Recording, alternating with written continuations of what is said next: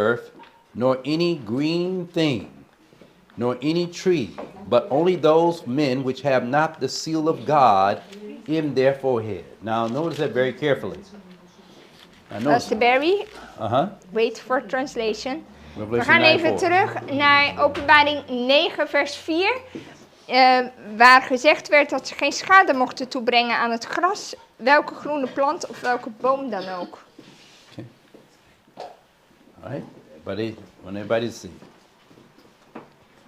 All right. Now notice very carefully, the Bible says that they're not to hurt any what? Green thing. Dus ze mochten niets groens schade toebrengen. What is the green thing that they're not to hurt? Wat is dat groene wat ze niet mochten beschadigen? It says those that have hurt not the men that have not the what? Hurt not any green thing, neither any tree, but on those men that have not the seal of God. So what is the seal of God right quick? Ja, Go me to dus, Ezekiel 20:12. Ezekiel 20:12. Let's dus go there. geen schade We're gonna aan see. gras, groene plant of boom dan ook. Alleen aan de mensen die het zegel van God niet op hun voorhoofd hadden. En welk zegel Now is we're dat? gonna have it in the PowerPoint, but I want you to see again that the seal of God is going to be dealing with the Sabbath. Go with me in your Bible, Ezekiel 20:12. In The Bible Ezekiel says, 20 vers 12. "Moreover, I gave them my Sabbaths to be a sign between me and them, that they might know that I am the Lord that sanctify them." Staat ook heb ik hun mijn sabbatten gegeven om een teken te zijn tussen mij en hen, zodat ze zouden weten dat ik de Heere ben die hen heiligt. Now notice that the grass here refers to the people of God. The people of God see Isaiah 40 verse 6. You see Isaiah 40. It says here, the people of God here refers to the green grass, and then deals with the seal refers to the seventh day Sabbath in the Ten Commandments. All right? Pointed Wait a as a minute. memorial of God as creator of heaven and earth. That's what it's talking about here. Now we're going to see. I'm just trying to see how you're putting the No, connection. don't read Isaiah 40 verse 6, 8. No, we just said seeded, and we're not going to. We just said it refers to the seal of God. Ja, het gras heeft te maken met het volk van God. Jesaja 40 vers 6 tot 8. En het zegel die heeft te maken met de zevende dag Sabbat. In de 10 geboden wordt er naar verwezen als het memorial, of het gedenkteken van God als schepper van hemel en aarde. Okay. Now we're going to find green grass. What does green grass refers to? It's talking about green thing or grass. Let's take a look at that for a moment. Hier spreekt het over het groene gras in Now Openbaring go me 9, to Isaiah 4. 40 verse 8. Isaiah 46 right now. Laten we naar Jesaja 40 Talking about vers the green 8 thing or gaan. green grass. So you Over can het see. groene gras. Look what the word of God says in Isaiah chapter 40. Are you there? Ja. Look what the Bible says in verse 6. It says, the voice said, cry. And he said, what shall I cry? All flesh is grass, and all goodness thereof is as the flower of the field. Ja. The grass, oh sorry. Jesaja 40 vers 6. Een stem zegt roep en hij zegt wat moet ik roepen? Alle vlees is gras en al zijn goede tierenheid als een bloem op het veld. It said, the grass withereth, the flower fadeth. It says here, because the Spirit of the Lord bloweth upon it, surely the people is grass. Het gras verdort, de bloem valt af als de geest van de Heere erover blaast. Voorwaar, het volk is gras. All right, God's people are represented as grass. Dus Gods volk wordt voorgesteld als zijnde gras. All right, but now the grass is connected with the idea of something that prospers. No, green is a symbol of life, Groen. spiritual prosperity. Ja, dus groen heeft te maken met geestelijke voorspoed. Now let's go a bit closer. In Jeremiah 11:16, the Bible says, "And the Lord called thy name and the Lord called thy name a green olive tree, fair of the good." It says fair and of goodly fruit.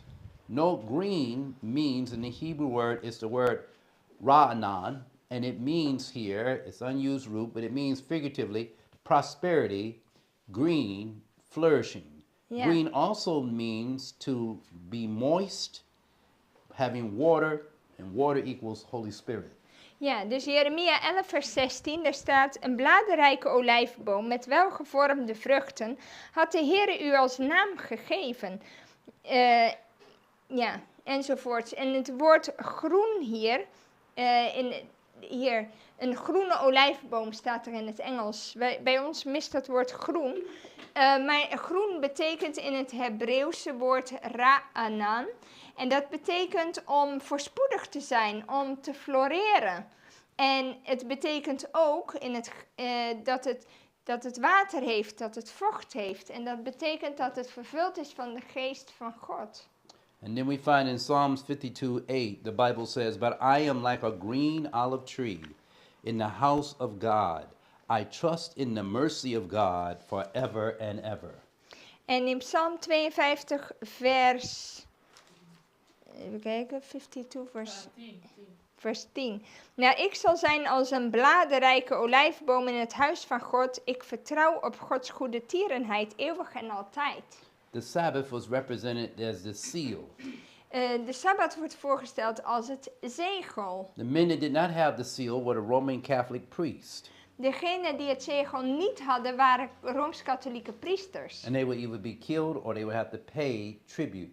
En zij zouden gedood worden of ze moesten belasting betalen. But people like the Waldensians, Maar mensen zoals de Waldenzen, and then we're going to see a couple others, they ook een were aantal anderen. respected by the Muslims. There was the Sabbath keepers, the seventh-day Sabbath het keepers, waren zevende dag Sabbatvierders were en respected by the Muslims. zij werden gerespecteerd door de moslims. Notice what it says in Ezekiel 20:12. We got that 20:20 at the bottom. It says, "And hallow my Sabbaths, that they may be a sign between me and you, that ye may know that I am the Lord your God." In Ezekiel 20 vers 20, en heilig mijn Sabbatten, dan zullen zij een teken zijn tussen u en mij, dat gij mocht weten dat ik de Heere uw God ben. Okay. Then it says here, historically, who were the green grass the Muslims respected? Historisch gezien, wie waren dat groene gras die gerespecteerd werd door de moslims? It says an account has already been given of the purity of doctrine and practice of the churches of the Church of the East, which is often wrongly styled Nestorian or Nestorius. Ja, er is al een verslag gegeven van de reinheid van leer en handeling van de kerk van het oosten, die vaak foutief verwezen wordt als Nestoriaans of Nestorius. Mr. McClintock or Strong regards them as the Protestants of Eastern Christianity. Maar Christian saints of the Christian Saint Thomas.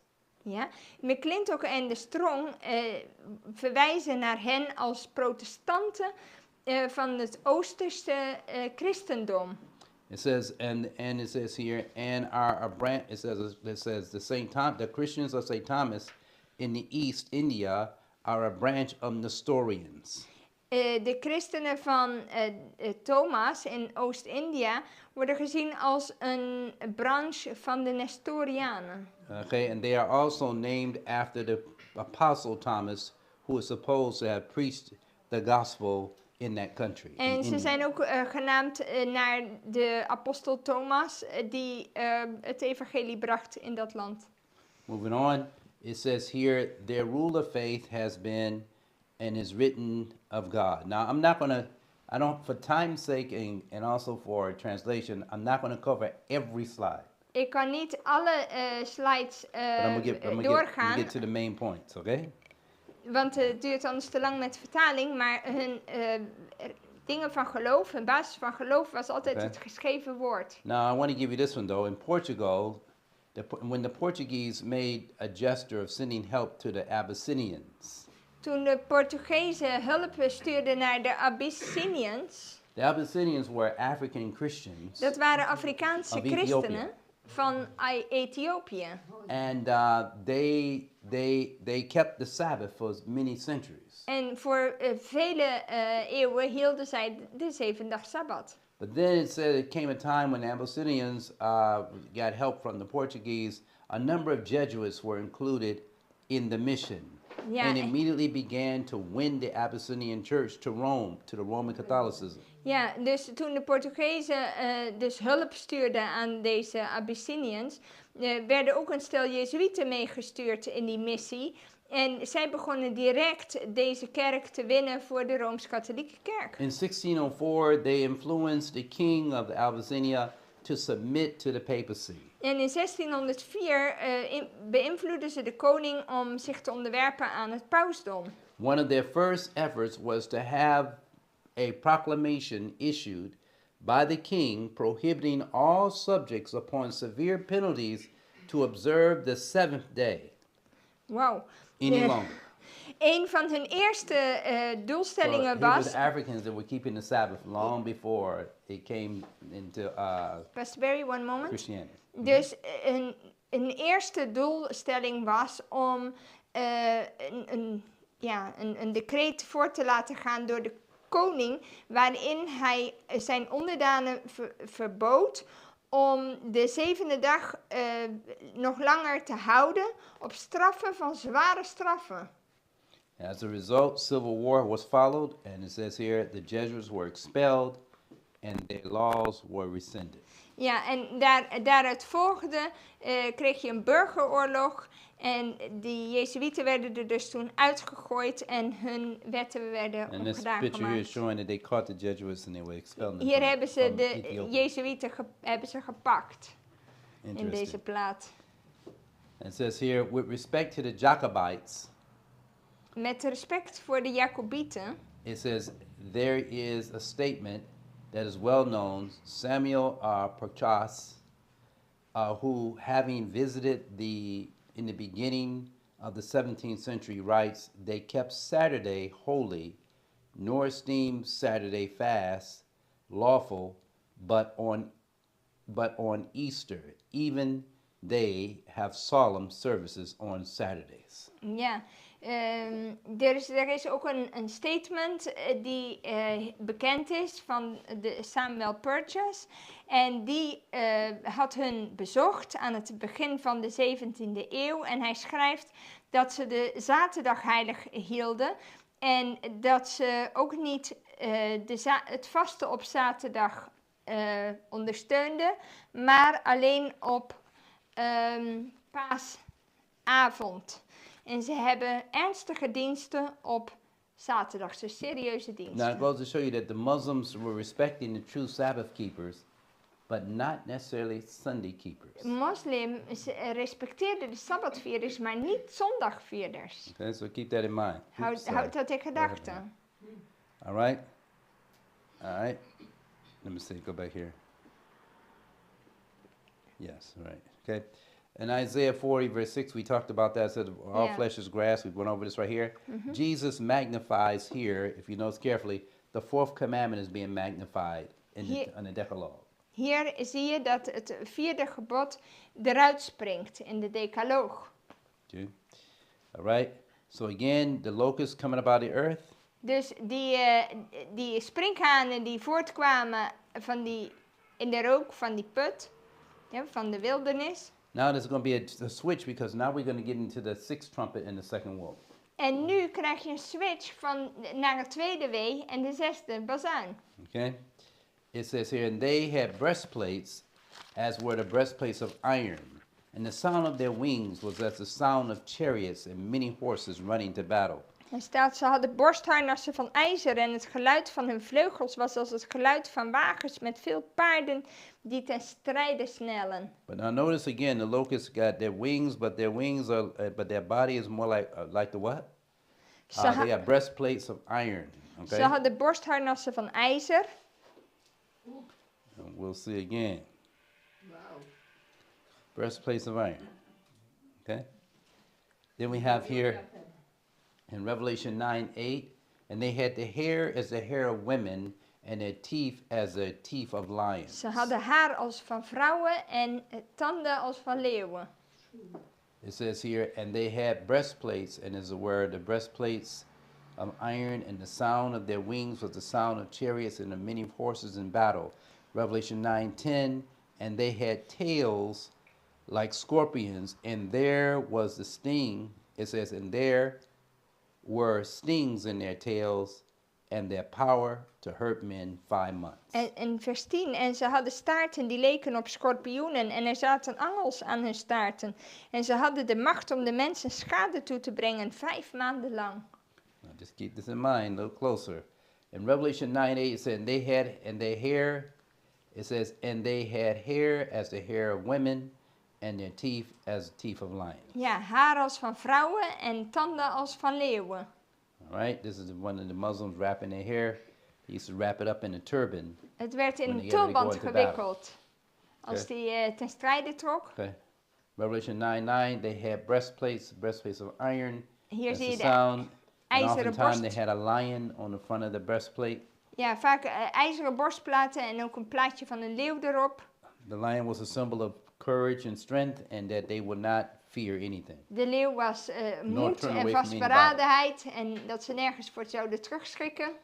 This was the actual characteristic of the children of the east. Dat was een kenmerk van de kinderen van het oosten. They said they had sting in their tails. Well, the issue here was they had a sword and they carried in a sheath called a scimitar. Ja, ze hadden een soort zwaard, dat noemen ze een Scimitar. scimitar zwaard. And the scimitar was a sharp sword, but it was a curvy sword. Het was een scherp zwaard, maar ook een beetje rond. And it was used in their war. They kept it on the side, and they used it when they got into close combat. Ja, en ze hadden het dicht naast hen en ze gebruikten het dus in de strijd, als But het echt erop aankwam. They had several sharp swords, but this is just one of them. There were 3 of them altogether they had. Ze hadden in totaal 3 van die zwaarden. And Verschillende soorten. each was prepared for close combat. En het was allebei voor strijd dichtbij. Okay?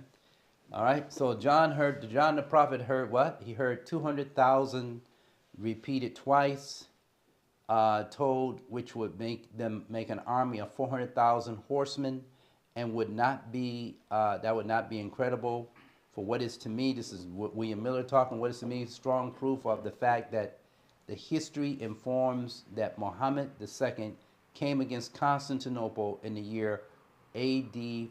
1450, when an army of 400,000, 11 horsemen, 400,000 horsemen, and after a long siege, they took the city in the year 1453. This is the destruction of Constantinople. De profeet Johannes the hoorde het Byzantine getal Empire. van 200.000 2 keer over. Wat dan een leger zou vormen van 400.000 ruiters. En dit is niet ongelooflijk.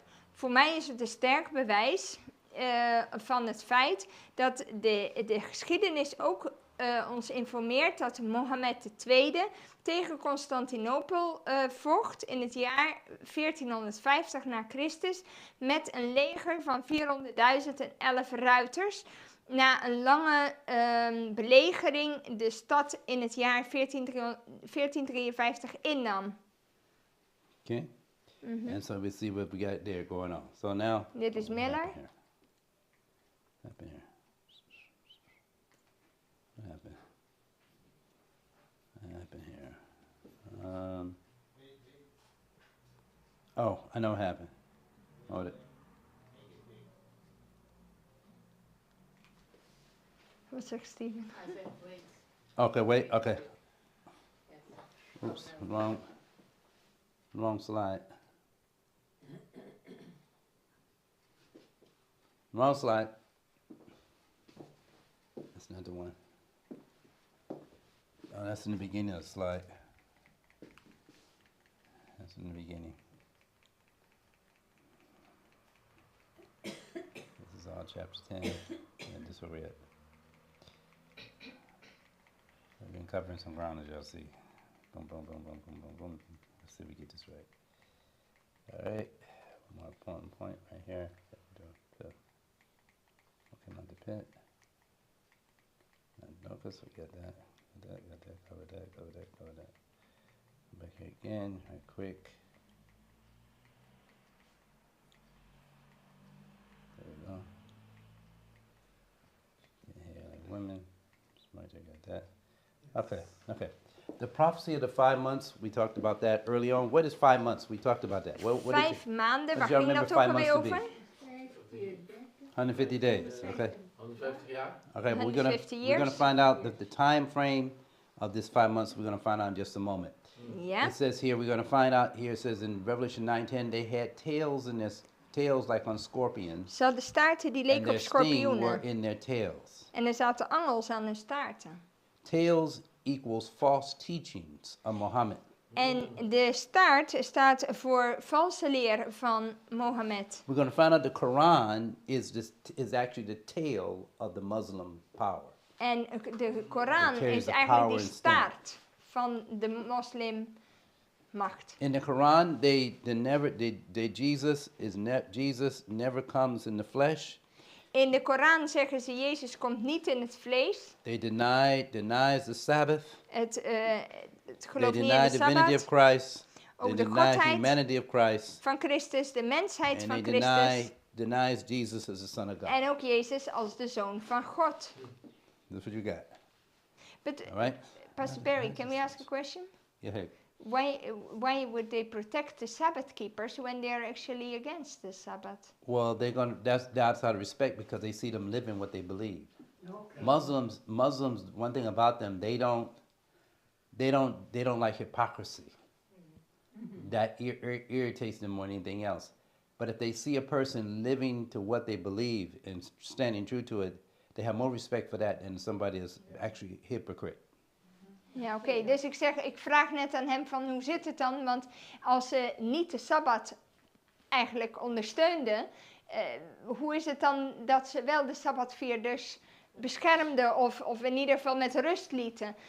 Hij zegt dat heeft meer te maken omdat moslims, die houden niet van hypocrisie. Dus als ze iemand zien die uitleeft wat hij gelooft, daar kunnen ze mee leven. Maar als je hypocriet bent, There's two things they can do: Yeah. hypocrisy and idolatry. hypocrisie en afgoderij.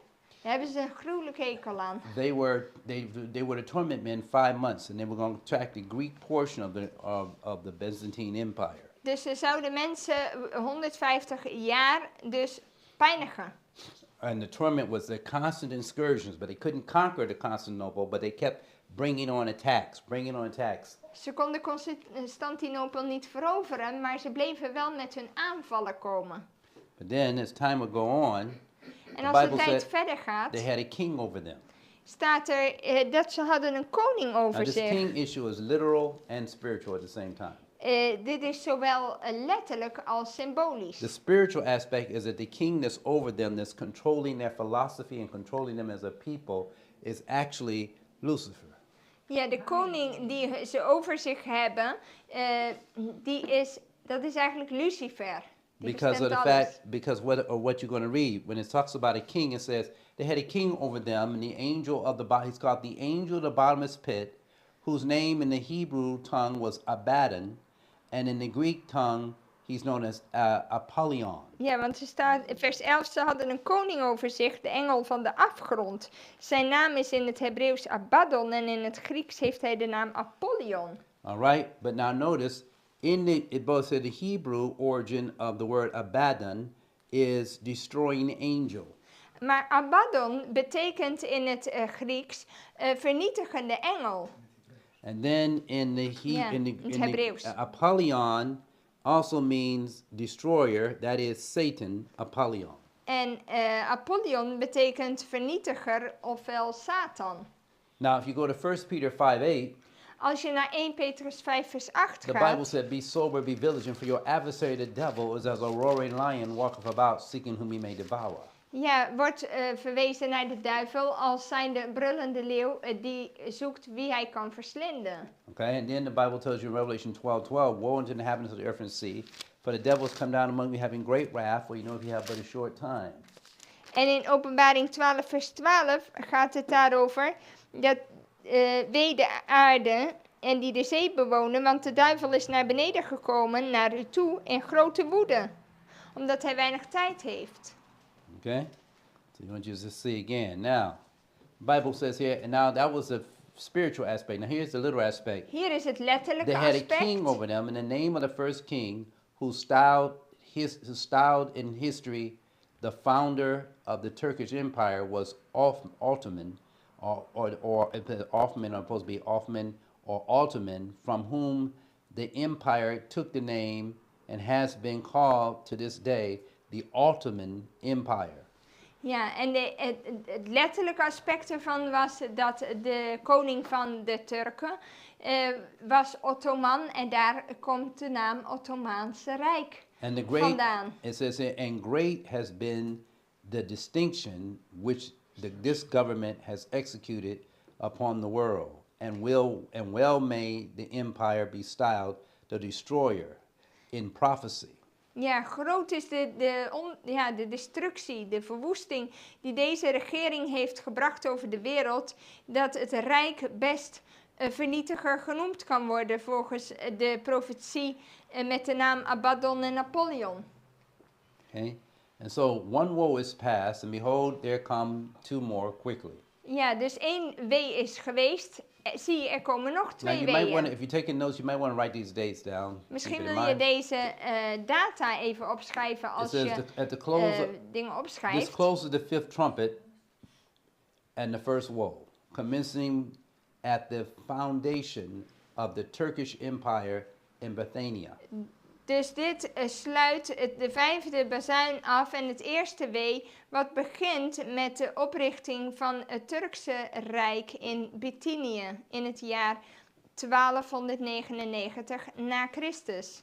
Lasting the prophetic months of 150 days, or it takes us to July 27, 1449. Als je daar die 5 profetische maanden van 150 jaar bijtelt, dan kom je op 27 juli 1449. Which carries us down to July 27, 1449. Basically, that's where we're going. Ja, In dat other is words, waar je the- dan that's fifth uitkomt. trumpet is from 1299 of July 27, 1299 to July 27, 1449. Ja, dus het gaat van 27 juli 1299 naar 27 juli 1449.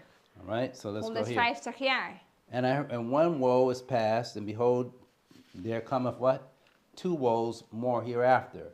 Revelation 9:13 said the angel, this says, and the sixth angel sounded, and I heard a voice from the 4 horns of the golden altar, which was before God. Het ene wee is voorbij gegaan, zie nog 2 weeën komen hierna. En de 6e engel blies op de bazuin en ik hoorde uit de 4 horens van het gouden altaar dat voor God stond, 1 stem komen. Note, the 4 horns of the golden altar refers to the work of Christ's intercession in the holy place of the heavenly sanctuary. Dat gouden altaar staat voor het middelaarswerk van Christus in het hemels heiligdom. Meaning that the events of the 5th and 6th trumpets are taking place while Jesus is still in the holy place of the heavenly sanctuary. Dus dat betekent dat deze weeën plaatsvinden in de periode waarin Jezus nog het middelaarswerk doet in het heilige. Okay. Now, okay, the 4 horns. Okay, no, it says 4 horns are going out. It says, and that voice said, "What? Loose the 4 angels. The 4 angels which are on the great river Euphrates." Now, watch Die- carefully. Ja, en dan staat in vers 14, die zei tegen de 6e engel die de bazuin had, maak de 4 engelen los die gebonden zijn bij de grote rivier de Now, what Eufraat. I want you to know is that sacred history is being repeated before your eyes. Nu zie je dat die geschiedenis zich herhaalt voor uw ogen. First of all, the locusts we found out were the children of the what? Want de sprinkhanen waren Children of wie? the east. De kinderen van Okay. het oosten. And that east is dealing with what? Middle East, correct? En dat heeft te maken met het Midden-Oosten. Everything that we're reading of these 4 angels is going to take place along the great river Euphrates. Alles wat we lezen gebeurt bij de grote rivier de Eufraat. But now these are the Turks or the Muslims, the Arabic world that we're Dit talking is about. de Arabische wereld waar we het over hebben. Now this is what it's going to say. Kijk It eens says the wat er 4 staat. angels we may reasonably conclude are representations of the 4 nations. How many nations? 4 Dus- nations that had embraced the Mohammedan religion and were now under the control of Othman. Ja, de Of 4 Ottoman. engelen. Wat we mogen concluderen is dat ze 4 naties voorstellen die de islam hadden omarmd Now, en die nu onder de beheersing van Ottoman stonden. now notice, you have the Turks, that's 1. De Turken, The Tartars, that's 2. de Tartars, You have the Arabs de and the Arabieren Saracens. en de These are Saracenen. different. These are all Arabic nations, but they different branches of the Muslim power. Allemaal verschillende branchen van de islam. And the territory that they're going to control is going to be Baghdad, En het gebied wat ze dus zouden beheersen was Bagdad, Aleppo, Aleppo, Damascus, Damascus, Iconium, which is almost Icona. almost near Syria. dat is bijna bij Syrië. Once you get to what? Now, watch this.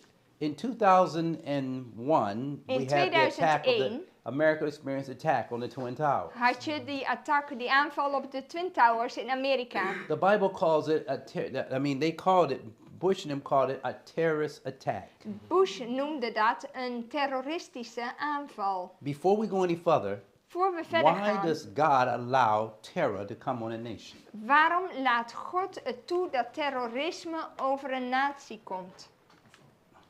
Let's go to Leviticus 26. Leviticus And 26. let's see why terror can come on a nation, especially a Christian nation. Waarom komt terrorisme over let's een see. natie, vooral een christelijke natie? The Bible says here in Leviticus 26, 14 through 16. Leviticus 26 vanaf vers 14. But if you will not hearken unto me, Maar als u niet naar mij luistert and will not do all these commandments, en al deze geboden talking about niet God's 10 doet, commandments, and if you shall despise my statutes, als u mijn verordeningen verwerpt and your soul abhor my judgments, so that you will not do all my commandments, en als uw ziel van mijn bepalingen walgt, but you break my covenant. zodat u geen enkele van mijn geboden doet door mijn verbond te Now, verbreken. before you go any further, Voor we let's be verder sure. gaan. He said, break my covenant, right? Dus God had het over het Keep your finger verbreken in van het Leviticus and go to Deuteronomy verbond. 4:13. Ga Keep nu, your hou finger in uw vinger Leviticus and go to hier Deuteronomy 4:13. en kijk in Deuteronomium 4 vers 13. And he declared in his covenant, which he commanded you before him, even 10 commandments, and he wrote them on 2 tables of stone. Ja, en hier... Wait a moment. Ja. 4 vers 13. Daar staat... hij maakte u zijn verbond bekend dat hij u beval te doen, de 10 woorden, en hij schreef ze op 2 stenen tafelen. And so we find that God's covenant is 10 commandments. Dus Gods verbond Now, zijn what zijn happens if you break the 10 commandments? Look at geboden. verse 16 now. Kijk nu in vers 16 in Leviticus 26. I will do this unto you. Dan zal ik zelf dit met u doen. I will even appoint over you terror. Ik zal verschrikking over u brengen. Consumption. Tering. Now notice you got the issue of fear and then disease. Je hebt angst, heb je verschrikking en je hebt ook ziekte, tering en koorts. What has happened to America and the world in the last 20 years? Wat is er met In the Amerika last en de 6 wereld years especially? gebeurd in de laatste Last 6 20 jaar? years going into 6 years? In the last 6? We've had fear, We hebben angst gehad 2001. in 2001 Then we had, and by Met die 2020, Twin Towers? we have what? en daarna hadden we 2020. Disease, We hadden ook ziekte, pandemie, pestilence, pestilens. pandemic. Ja. All that's come, and why does that happen? En waarom gebeurt dat? Because the nations reject God's commandments. Omdat ze Gods geboden aan de kant hebben gezet. And that's what's going on, big picture. Dat is het grote So in plaatje. Luke 21, Dus als je kijkt in Lucas when the 21, Bible says that there will come fear, dat er vrezen zou zijn. the Bible says men's hearts will fail them for fear, means for terror. Mensen zijn bang. Luke Luke 17. Let me be sure I got the one. Maybe this one here. Where it Verse tells- 26. It's 17:26. No, it is 21:26. 21:26, right. 21:26. Men's hearts fail them for fear, and for looking after those things coming upon the earth, for the powers of heaven shall be shaken. Ja, dus Lucas 21 vers 26.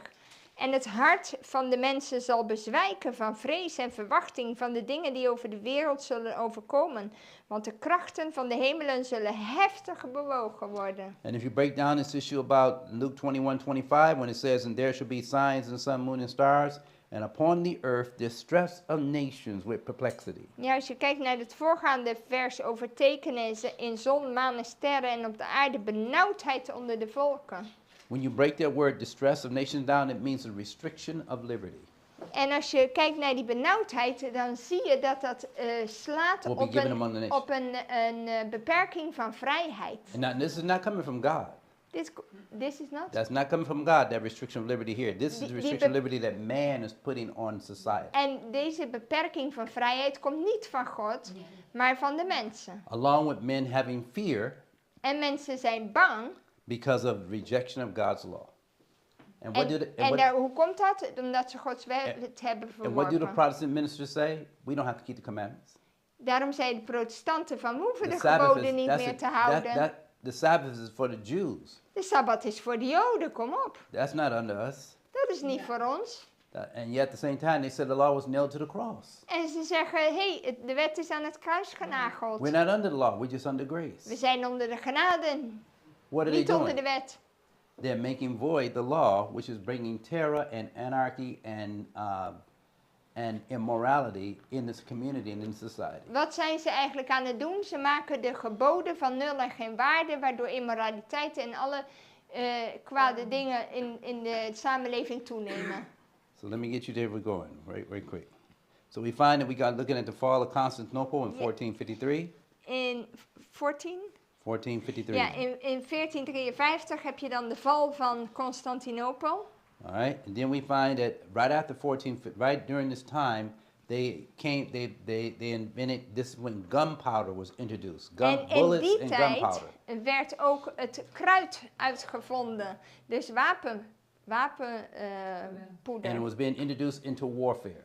En dat werd Before that time, geïntroduceerd, dat het most of it werd was uitgevonden in hand-to-hand, die axe, tijd. sword, knives, and all that. Now Eerst waren het gewoon messen en bijlen en weet ik wat allemaal van dingen.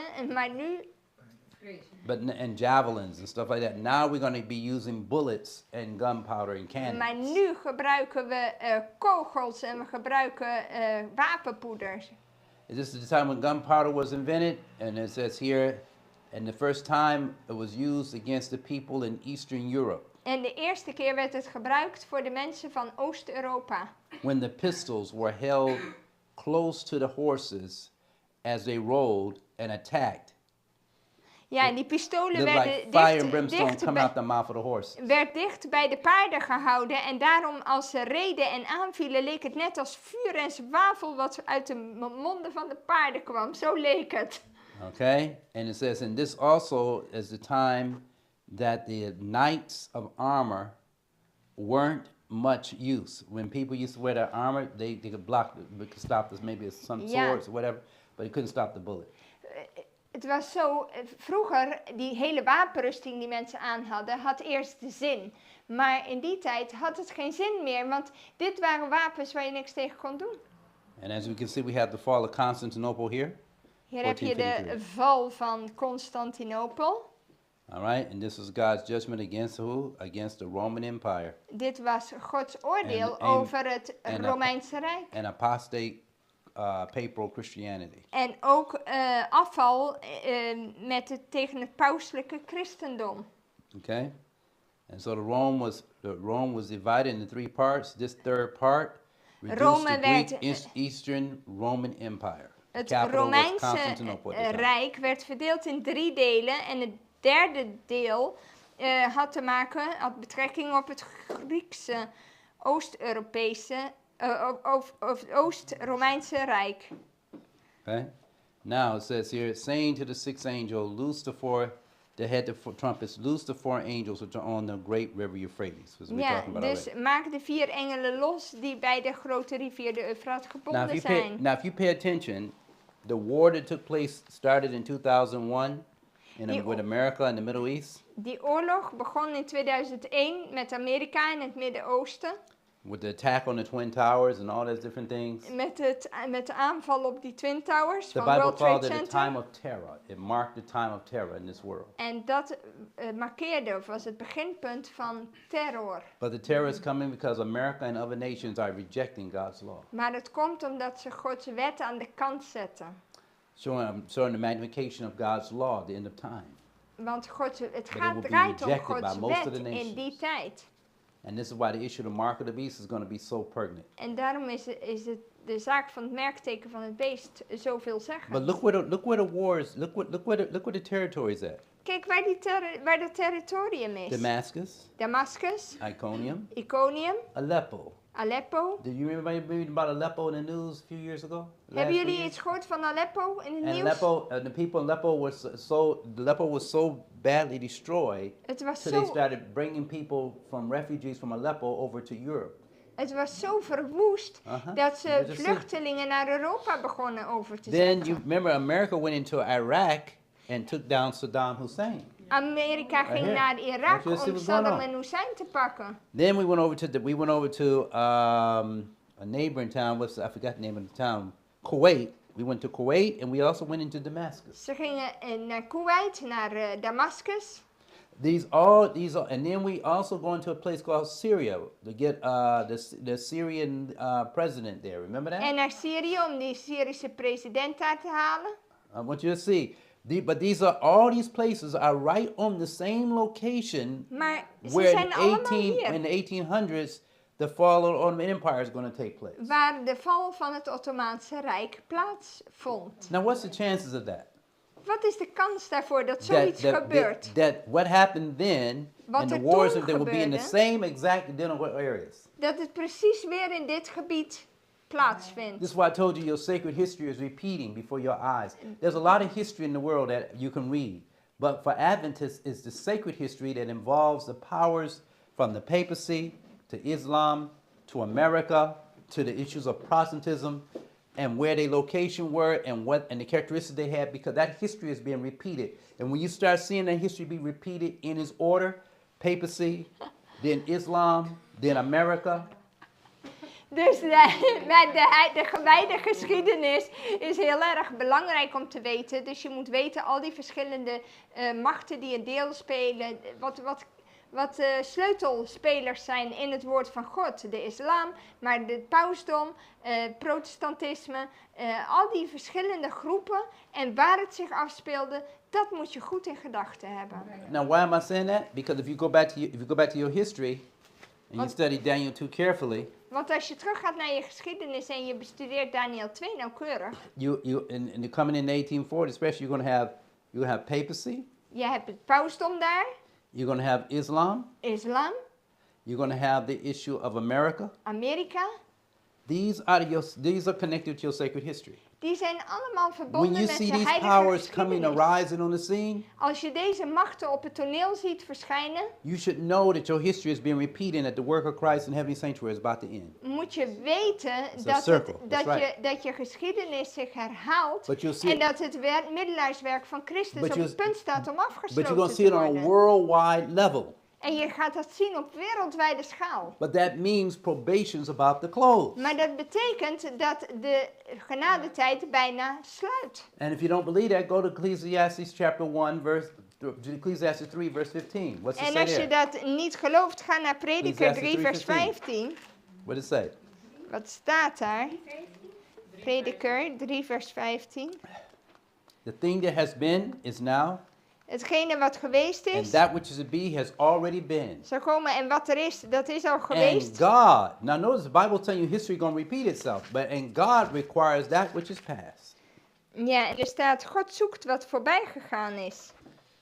So as you're looking at this history, you're not just looking at some history, you're looking at your history, because this happened prior to the third angel's message being preached. U kijkt And, naar uw geschiedenis en de dingen die gebeurden voordat de engelenboodschap werd gepredikt. and this happened in the previous 2 woes. Dat gebeurde in de voorgaande 2 weeën. But under the 7th trumpet and 3rd woe period, all your history will be repeated, but it'll be worldwide with the same players that were in the beginning. Maar met de zevende bazuin en de derde wee zullen al die spelers weer opnieuw op het toneel komen en gecombineerd weer voorkomen. De geschiedenis zal Just zich want you to see. herhalen. And so we talked about those issues of the 4 kings, right quick. We did that. So meanwhile, we got the Muslims, God allowed the Muslims to come on the scene to be a scourge to the papal power, Dus- who had practiced idolatry. Dus de moslims waren een geesel voor het pausdom. Ja? Okay, so it's going to be very important. All right, And as we continue, I'm going to take a little closer. It says, therefore, the sounding of the fifth trumpet, it says, papal Rome began to show weakness. See, now remember now, papal Rome is not just being taken down by the French Revolution. The French Revolution is going to be the final act. The weakening of papal Rome came when they had to finance the wars from Europe going into the Middle East. Ja, het punt was dat hoewel bij de dodelijke wonden That's the weakening of Rome. dat From Berthier financial zomaar standpoint. de paus gevangen kon nemen enzovoorts. Dat kon alleen maar gebeuren vanwege de verzwakking die al plaatsgevonden had vanwege de continue aanvallen van de moslims. And remember, Charles V of England was wanting to destroy the Protestant Reformation. En Charles V wilde de protestantse reformatie. But the moment he got ready to uitroeien. destroy the Protestant Reformation, war broke out in the Middle East and he had to take soldiers and money and go fight the Middle East for the papacy. Maar toen hij een slag wilde toebrengen aan de reformatie, wat er gebeurde in werkelijkheid, toen stonden de moslims aan de grenzen en moesten ze die overwinnen en van hun lijf houden. And the Muslims Charles was from Germany, Charles V. And the Muslims found out Karel V, hij was van Duitsland, niet van Engeland. And the Muslims found out that the so-called reformers were true, real Christians, and so they said, okay, and they're not worshiping idolatry with Rome, so they said, you know what, we're gonna protect the Protestants. Ja, en omdat de moslims zagen dat de protestantse christenen niet aan afgoderij deden en ook dit hele systeem niet ondersteunden, zeiden ze, weet je wat, we gaan hun beschermen. This is what happened. So, En dit gebeurde as we look er. at what's going on, we're going to see more and more. And it says here, and so that was one of the things that weakened Rome. And then next one that will weaken Rome is the Protestant Reformation. En Many of the natuurlijk. Protestants. En daarnaast was het natuurlijk zo dat ook de protestantse reformatie zelf het pausdom Listen what it says. uitholde en verzwakte. It says, therefore, on the sounding of the fifth trumpet, Rome papal began to show weakness, which in every succeeding age has been more and more manifest, Ja, until dus- her civil power has crumbled to ruin, and her ecclesiastical assumptions must sink at the sounding of the seventh trumpet. Oh, this is a nice one. Dus bij het luiden van de vijfde bazuin begon het pauselijke Rome zwakte te vertonen die steeds en steeds erger werd totdat haar burgerlijke macht geruïneerd was en haar kerkelijke aannames moesten zinken tot het klinken van de zevende bazuin en dan zullen ze ook nooit meer opstaan. Okay. Dus dat is het eind van, bij de zevende bazuin is het eind van pauselijke Rome. This is what you En we get. zitten nu in de zesde. And so the Bible said they had tails like scorpions, tails like unto scorpions, and their sting was in their tails, and they had power to hurt men 5 months. What does this represent? Isaiah 9:15 said, the ancient and honorable, he is the head. But a prophet that teacheth lies, he is the tail. Ja, hier zie je het bewijs even And the Quran van de is the book that they staart. use that set in their Jesaja lives. 9 vers 15. Waar staat hier? Jesaja 9. 9:15. Wait a moment. 9 vers 15. Even kijken. No, it's verse 14 in Dutch. Vers 14, de oudste en aanzienlijke, zij zijn de kop en de leugen onderwijzende profeet, hij is de staart. Okay. All right. So this is when it how about look for in Revelation 9:17.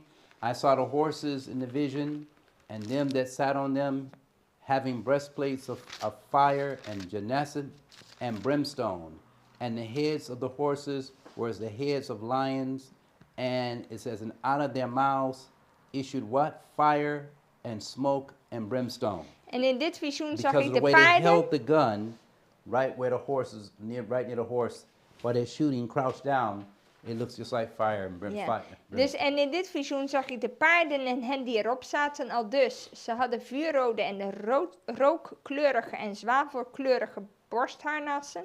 En de hoofden van de paarden waren als leeuwenkoppen en uit hun mond kwam vuur, rook en zwavel. Dat kwam door die wapens en die nieuwe techniek die uitgevonden was met die kogels, maar met dat vuur ook. And it Dat says dat wapenpoeder. Dus het leek net alsof die paarden vuur spuwden, maar dat was niet zo. Dat Zo. waren die wapens. so by these three was the third part of men killed En by door fire deze- and by the smoke and by the brimstone which issued out their mouth. This is the fall of Constantinople is Door described in deze drie werd het derde deel van de mensen gedood. Door het vuur, de rook en de zwavel die uit hun mond kwam. And their power was in their tails, okay? So we see Ja, that. en de macht Okay. zat in hun staarten. So again, they went forth shooting this induction of rifles and gunpowder and guns. Ja, ze hadden dus geweren. Met wapenpoeder erin. Okay? All right, so now, in Revelation 19:19, now, why was it important? Because God raised Islam up at that time. He allowed them to come to be a scourge to the papacy, who was leading the people into idolatry and murdering those who rejected her teachings. Ja, waarom liet God dit toe? Omdat het pausdom aan afgoderij deed en diegenen vervolgde die het woord van God brachten. And it says, for their power was in their mouths, and in their tails, for their tails were like unto serpents, and it says here, and their heads like unto the heads, and it says, and with them they do hurt they do hurt. Vers 19, want hun macht ligt in hun mond en in hun staart, want hun staarten zijn als slangen, met koppen eraan, en daarmee brengen ze schade toe. And the rest of the men that were not killed by these plagues, En de overige mensen die niet door deze plagen werden yet gedood, repented not of their works of their hands, bekeerden zich niet van de werken van hun handen. that they should not worship devils. Pay attention now, not worship what? En dan let Devils op, ze bleven de demonen and aanbidden. idols of En- gold and silver and brass and stone and of wood, En de gouden, zilveren, koperen, stenen en houten afgoden, which neither can see nor hear nor walk. die niet kunnen zien, horen of lopen.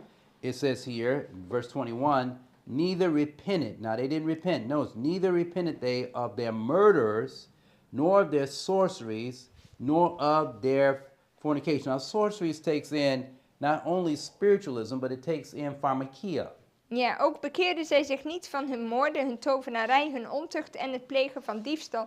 En het woord tovenarij is het woord pharmakia. Because when you study the history of Rome papacy, you begin to find out that nobody could practice medicine during the days of dark ages except they were approved by the priest. Niemand kon namelijk in de middeleeuwen arts zijn tenzij hij een goedkeuring had van het pausdom. And the papacy was so the papacy controlled the pharmaceutical industry. Zij hadden de controle over And de the idea farmacie. of a right to help people with medicines, Om mensen te helpen met medicijn. along with practicing devil worship, idolatry, and spiritualism. Ja, en ook met afgoderij en spiritisme. All right?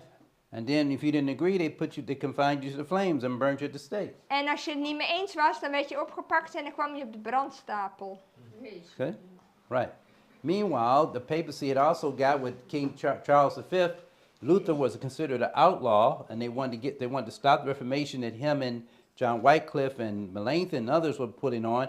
In the meantime, they had to constantly also deal with the issue of the Ottoman Empire coming on the front. Ja, dus de paus en Charles de Karel V, die hadden dus contact met elkaar. Luther die wilde ze niet, die was verbannen. En tegelijkertijd had je dus die andere reformatoren die zijn halt wilden toeroepen. Maar dat ging niet, want ze hadden te maken met het Ottomaanse Rijk. But Rome, because professing to be a Christian church, but actually she's committing the unlawful union of the what? Union of church with state. En je hebt daar ook de verbinding tussen kerk en staat. You see, Tussen die twee. so when we see America celebrating her 250th anniversary Dus and als je- beginning to give the Pope a Medal of Freedom, Dus als jij 250 jaar vrijheid wordt gevierd in You- Amerika you- met een gouden medaille van vrijheid aan de paus. you're going to give freedom to a power that didn't believe in the Protestant Reformation, nor believed in freedom of conscience? Ze geloofden helemaal niet in vrijheid is- van geweten. that- En dan ga je ze een medaille voor de vrijheid geven? That is a slap in the face to the Dat early is teaching een of klap American in het history. gezicht van de protestanten en alles. Want hij gelooft niet eens in de protestantse reformatie. Okay. Look what it says. There was the Roman Catholic political empire of the Middle Ages. Protestantism had risen in the 1517, and thousands of the people had left Rome, basically. They left the Roman church. Ja, dit was de Rooms-Katholieke politieke rijk van de middeleeuwen. Het protestantisme was opgekomen in 1517 en duizenden mensen waren vertrokken. So you go show you where we are. And so you're going to see that history. But I'm going to go here now. Luther nails his 95 Theses to the door Hier of heb je Wittenberg. Luther met zijn 95 stellingen. This was the time Wittenberg. in the church of Thyatira where Rome de could tijd have van repented Thyatira was dit. through the Protestant reformers, but they didn't. They didn't repent. No, they didn't Ze repent. bekeerden zich niet. And this is going to tell you what's going on here. It says that this is connected to the church of Thyatira. Dit is verbonden met de kerk van Thyatira. Remember now, to the time period is what? 1299 to 1449. Dit is in de periode 1299 tot 1449. And then you got Thyatira was from 538 to 1798. En Thyatira was van So she's in the same time 538 frame. till which one? Till Thyatira is in 1798. 538, 1798. 538 tot 1798, Thyatira. Dat was de 1260 jaar And remember now, watch this. van pauselijke The sixth overheersing trumpet, in de you're in middeleeuwen. the sixth trumpet in the Second World Period. En je bent hier in de zesde bazuin en de tweede The first wee. trumpet was from 1299 to 1449.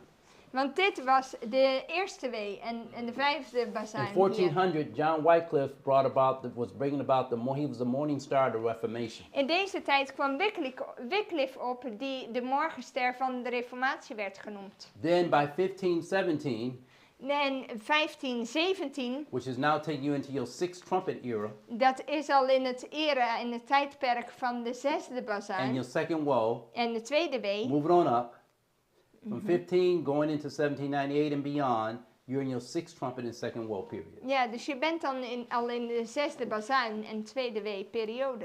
All right, so in Revelation 22:20, this is In- what God says. In Openbaring 2 vers 20, And you're going wat to see zegt some of de the Heer? same wording. You got to pay attention. En let op, It says here, notwithstanding, I have a few things against thee, because thou suffered that woman who?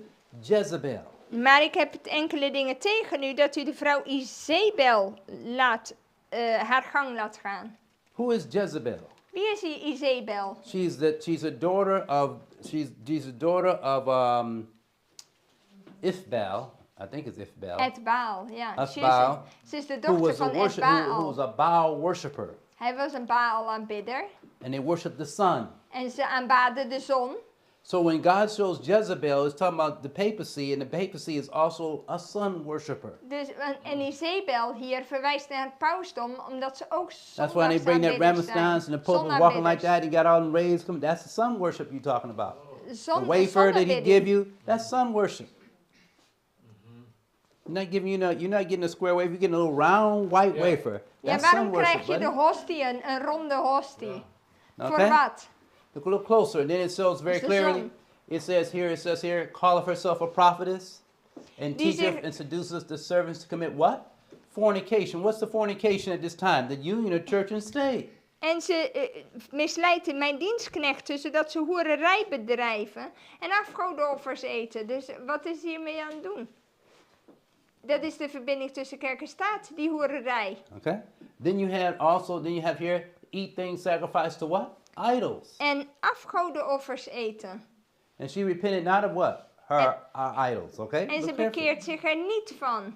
It says, and I gave her space to repent of her fornication, church and state, and she repented not.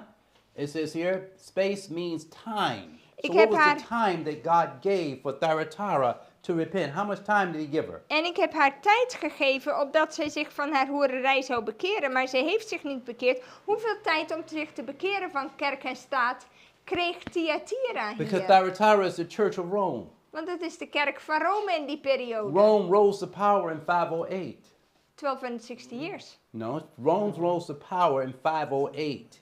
Oh, She hij- became fully established in her power by 538.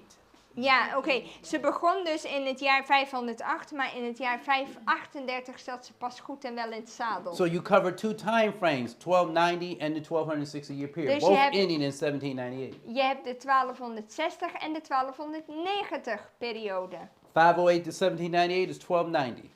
van 508 tot 1798 is de And 1290 jaar. 538 to 1798 is your 1260. En de 30 year difference 538 between the tot two. 1798 is de 1260 jaar. And then the Bible tells us one other thing. En And de he has Bijbel space to zegt- repent, time of space of repent of our fornications, a union church and state, and our idols and murders. That's dealing with martyrdom and killing God's people, sorceries and spiritualism and thefts, because they would take the lamb from the Christians and sell it. Ja, en de staat ze heeft Make money tijd off of it. gekregen om zich te bekeren van de hoererij. Dat houdt in de vereniging tussen kerk en staat, van haar afgoderij, van haar moorden, want ze vermoorden Gods volk, van haar tovenarijen, spiritisme en ook diefstallen, want het land werd geconfiskeerd en de bezittingen van de christenen werden geconfiskeerd. And during all this time, she claimed the right over men's conscience. En de hele tijd claimde zij het recht over mensen hun geweten. And this was rightly called at that time the Dark Ages. Dat noemde je de donkere middeleeuwen. All right? The same thing is happening now. En In dat Western gebeurt nu Rome, ook. the papal Rome repented not of her fornication and idolatry. Ze bekeerde zich namelijk niet van haar hoererij en afgoderij. God, by using the Muslims as a scourge and the judgments on the papacy, was seeking to bring them to repentance. Ja, door de moslims te gebruiken als een geesel en door de oordelen over het pausdom probeerde hij hen tot bekering te brengen. Then he rose up Protestant Reformation to bring repentance, and finally he brought judgment again. Papal Rome in the French Revolution, and Papal Rome being wounded in 1798 by the power supposed to be by Napoleon. By Napoleon taking away the civil power, which was her fornication. Ja, dus en ook via de protestantse reformatie om die bekering te bewerkstelligen. En uiteindelijk kwamen de oordelen weer over het pauselijke Rome in de Franse revolutie. Toen de pausdom de dodelijke wond ontving in 1798 door Napoleon. Waardoor haar burgerlijke macht werd weggenomen. En ook die hoererij tussen het pausdom, liever gezegd kerk en staat. Pope was taken prisoner in 1798. He died in Valais, France, 1 year later in 1799. En uiteindelijk stierf hij als gevangene in Frankrijk in 1799. And so, saying to the four angels, loose the four angels which are on the forward, which are on the bound on the great river Euphrates, and the four angels were loose for what? An hour, a day, a month, and a year. Ja, en hier zie je, oh wait, which verse was that? 14? Ja, het gaat over die 4 engelen die gebonden zijn en die losgemaakt werden. En er staat, ze waren in gereedheid gehouden tegen het uur en de dag en de maand en het jaar. Now, we already found out a day equals a year in Bible prophecy. Een dag is een jaar, nietwaar? An hour is 24 parts of the day, and that's an hour divided by 360 equals 15. Een uur, dat is het 24ste deel van een dag, is 24 divided by 360. We know what day is a year? En dan kom je op 15 dagen. A Een month dag is 1 jaar. A month is 30 years. Een maand is 30 jaar. A year is 360. En een jaar staat voor 360 jaar. 360 years at this point. Now we say 360 plus Nou, 30 plus 1 is going to be 391 years. Dus als je and al die 15 jaren days. bij elkaar optelt, plus die 15 dagen, dan kom je op 391 jaar en 15 dagen. Now the Muslims first entered the territory of Nicromania in 1299. We talked about that a minute ago. De moslims Plus- zaten dus eerst, where they entered? Nicromania. Ze gingen eerst in Romania binnen in 1799, no? In 1299. 1299, dat was het. July 27, 1299. In 27 juli. And then 150 years with that is take you to July 27, 1449. En dan kwamen we met die 150 jaar in 1449. And then from to July, So this when they had the battle of Bethlehem in July 27, 1299. That's the one they fought. Dat was in toen Nicomania. de strijd van Baphium, heette dat. Then from 1299, 150 years, Dus die take us to 150 July jaar 27, erbij, 1449. kom je in 1449 In terecht. 1449, the Muslims had taken over the eastern portion of the Roman Empire to such a degree that John Polygus, the next Greek emperor, had to ask permission from the Sultan before he could sit on the throne in Europe for the Greek power of the Ja, ze Byzantine hadden al Empire. zoveel macht gekregen dat hij aan de sultan netjes permissie mocht vragen of hij wel op die troon mocht zitten. He couldn't occupy without permission of the Turks. Ja. All right. Then in July 27, 1449, 300 plus 391 years and 15 days. Als we even die see what it's gonna take 391 jaar en die 15 dagen optellen bij 1449, Okay, you're gonna have. Oops. Then we're gonna have July 27th, 1840. dan komen we op 27 juli 1840 terecht. All right, but you still got 15 days to go. Maar we hebben nog 15 dagen die je erbij moet tellen. July 27 plus 15 days. 27 juli plus Will 15 equal what? dagen, waar zitten we dan? August 11th, 1840. Dan zit je op 11 augustus 1840. What happens on August 11th, 1840? Wat gebeurde er toen? You had the fall of the Ottoman Empire. Toen had je de val van het Ottomaanse Rijk. And the first angel's message hits its impetus. En de eerste engelboodschap krijg je. Look what it says. In the year 1840, another remarkable, this is from your book Great Controversy, and page 335. Dit is van de grote strijd. It says in the year 1840, another remarkable In het jaar fulfillment of 18, prophecy excited widespread interest. in het jaar 1840 kreeg je nog een enorm fantastische vervulling van profetie die heel veel interesse opwekte. 2 years before, Josiah Lynch, Omdat Josiah Lynch 2 jaar van tevoren, one of the leading ministers preaching the second advent, een van de predikanten die de wederkomst verkondigde, published his exposition on Revelation 9.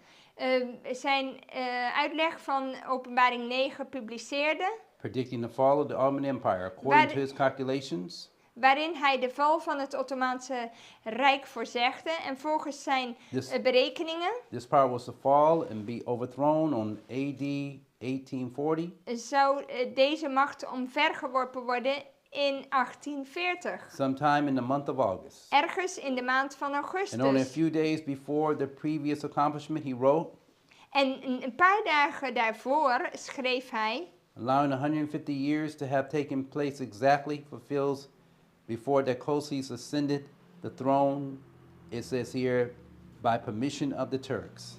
ja, hij zegt, als je kijkt naar de eerste periode van 150 jaar, dan wordt dat specifiek vervuld voordat de Jacozes dus de troon besteeg. Okay? Door Then it van says, de Turken. and the 391 years and 15 days commenced at the close of the first period. It will end on what? The 11th of August, 1840. Ja, When dus en de 391 jaar en 15 dagen begonnen aan het eind van de eerste periode en zullen eindigen op 11 augustus 1840. Constantinople may be expected to be broken. On this, I believe, will be found to be the case. En He hij wrote this zegt, on Signs of the Times, Expositor, Prophecy, August 1st, 1840. 11 en hij days for zegt, the ik actual geloof ook dat het zal plaatsvinden, het Ottomaanse Rijk zal vallen op die datum. Great Controversy, from Great Controversy, page 334 and 335. In de grote strijd kun je dat In the vinden. year 1840, another remarkable event cited widespread interest. Okay, we talked about that. And he said, if August left, we talked about that already, okay? Yeah. Now, at the very time specified, Turkey, through ambassadors, accepted the protection of allied powers of Europe and thus placed herself under the control of Christian nations. En precies op de tijd die was voorzegd, accepteerde Turkije door haar ambassadeurs de bescherming van de geallieerde machten van Europa en plaatste haarzelf zo onder de beheersing van christelijke naties. Okay, everybody, now I'm going to tell you one thing. Ik ga u één ding zeggen. I need you to, hold on a minute. I need you to wake up with me for a minute because this is the last part and you're going to have a good time. I know the food getting to y'all. Y'all sitting down, getting hot a little bit in here as well. So let's hold on now. This is it. Het laatste stukje, dus hou uw hoofd er nog even bij.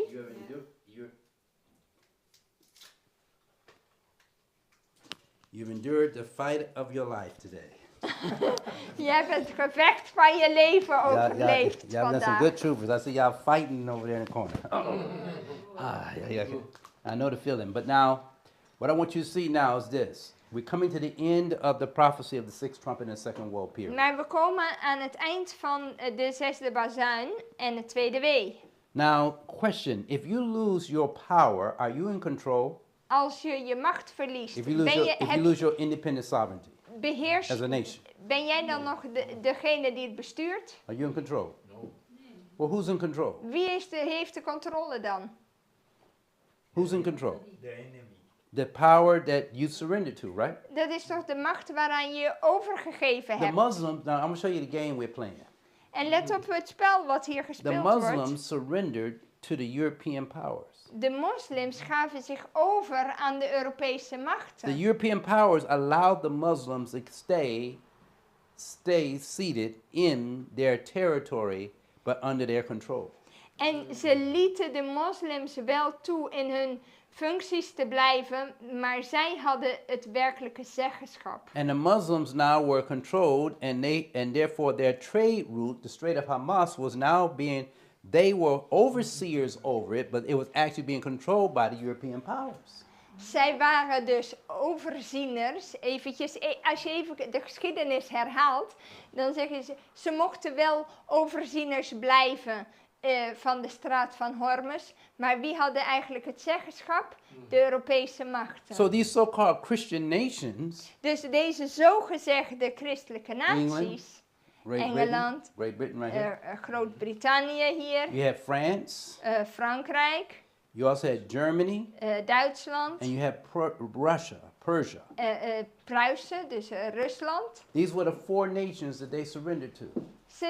Ze gaven zich over aan deze machten. They never regained full power and independence again. Ze hebben nooit echte macht en onafhankelijkheid meer teruggewonnen. So if I surrender to these people, Als ik aan deze mensen me overgeef, and they begin to call the Muslims the sick men of Asia, en de sick man, the sick man of Asia, en ze beginnen de moslims de zieke mannen van Azië te noemen, they had lost their power ze of hadden hun independence. macht verloren.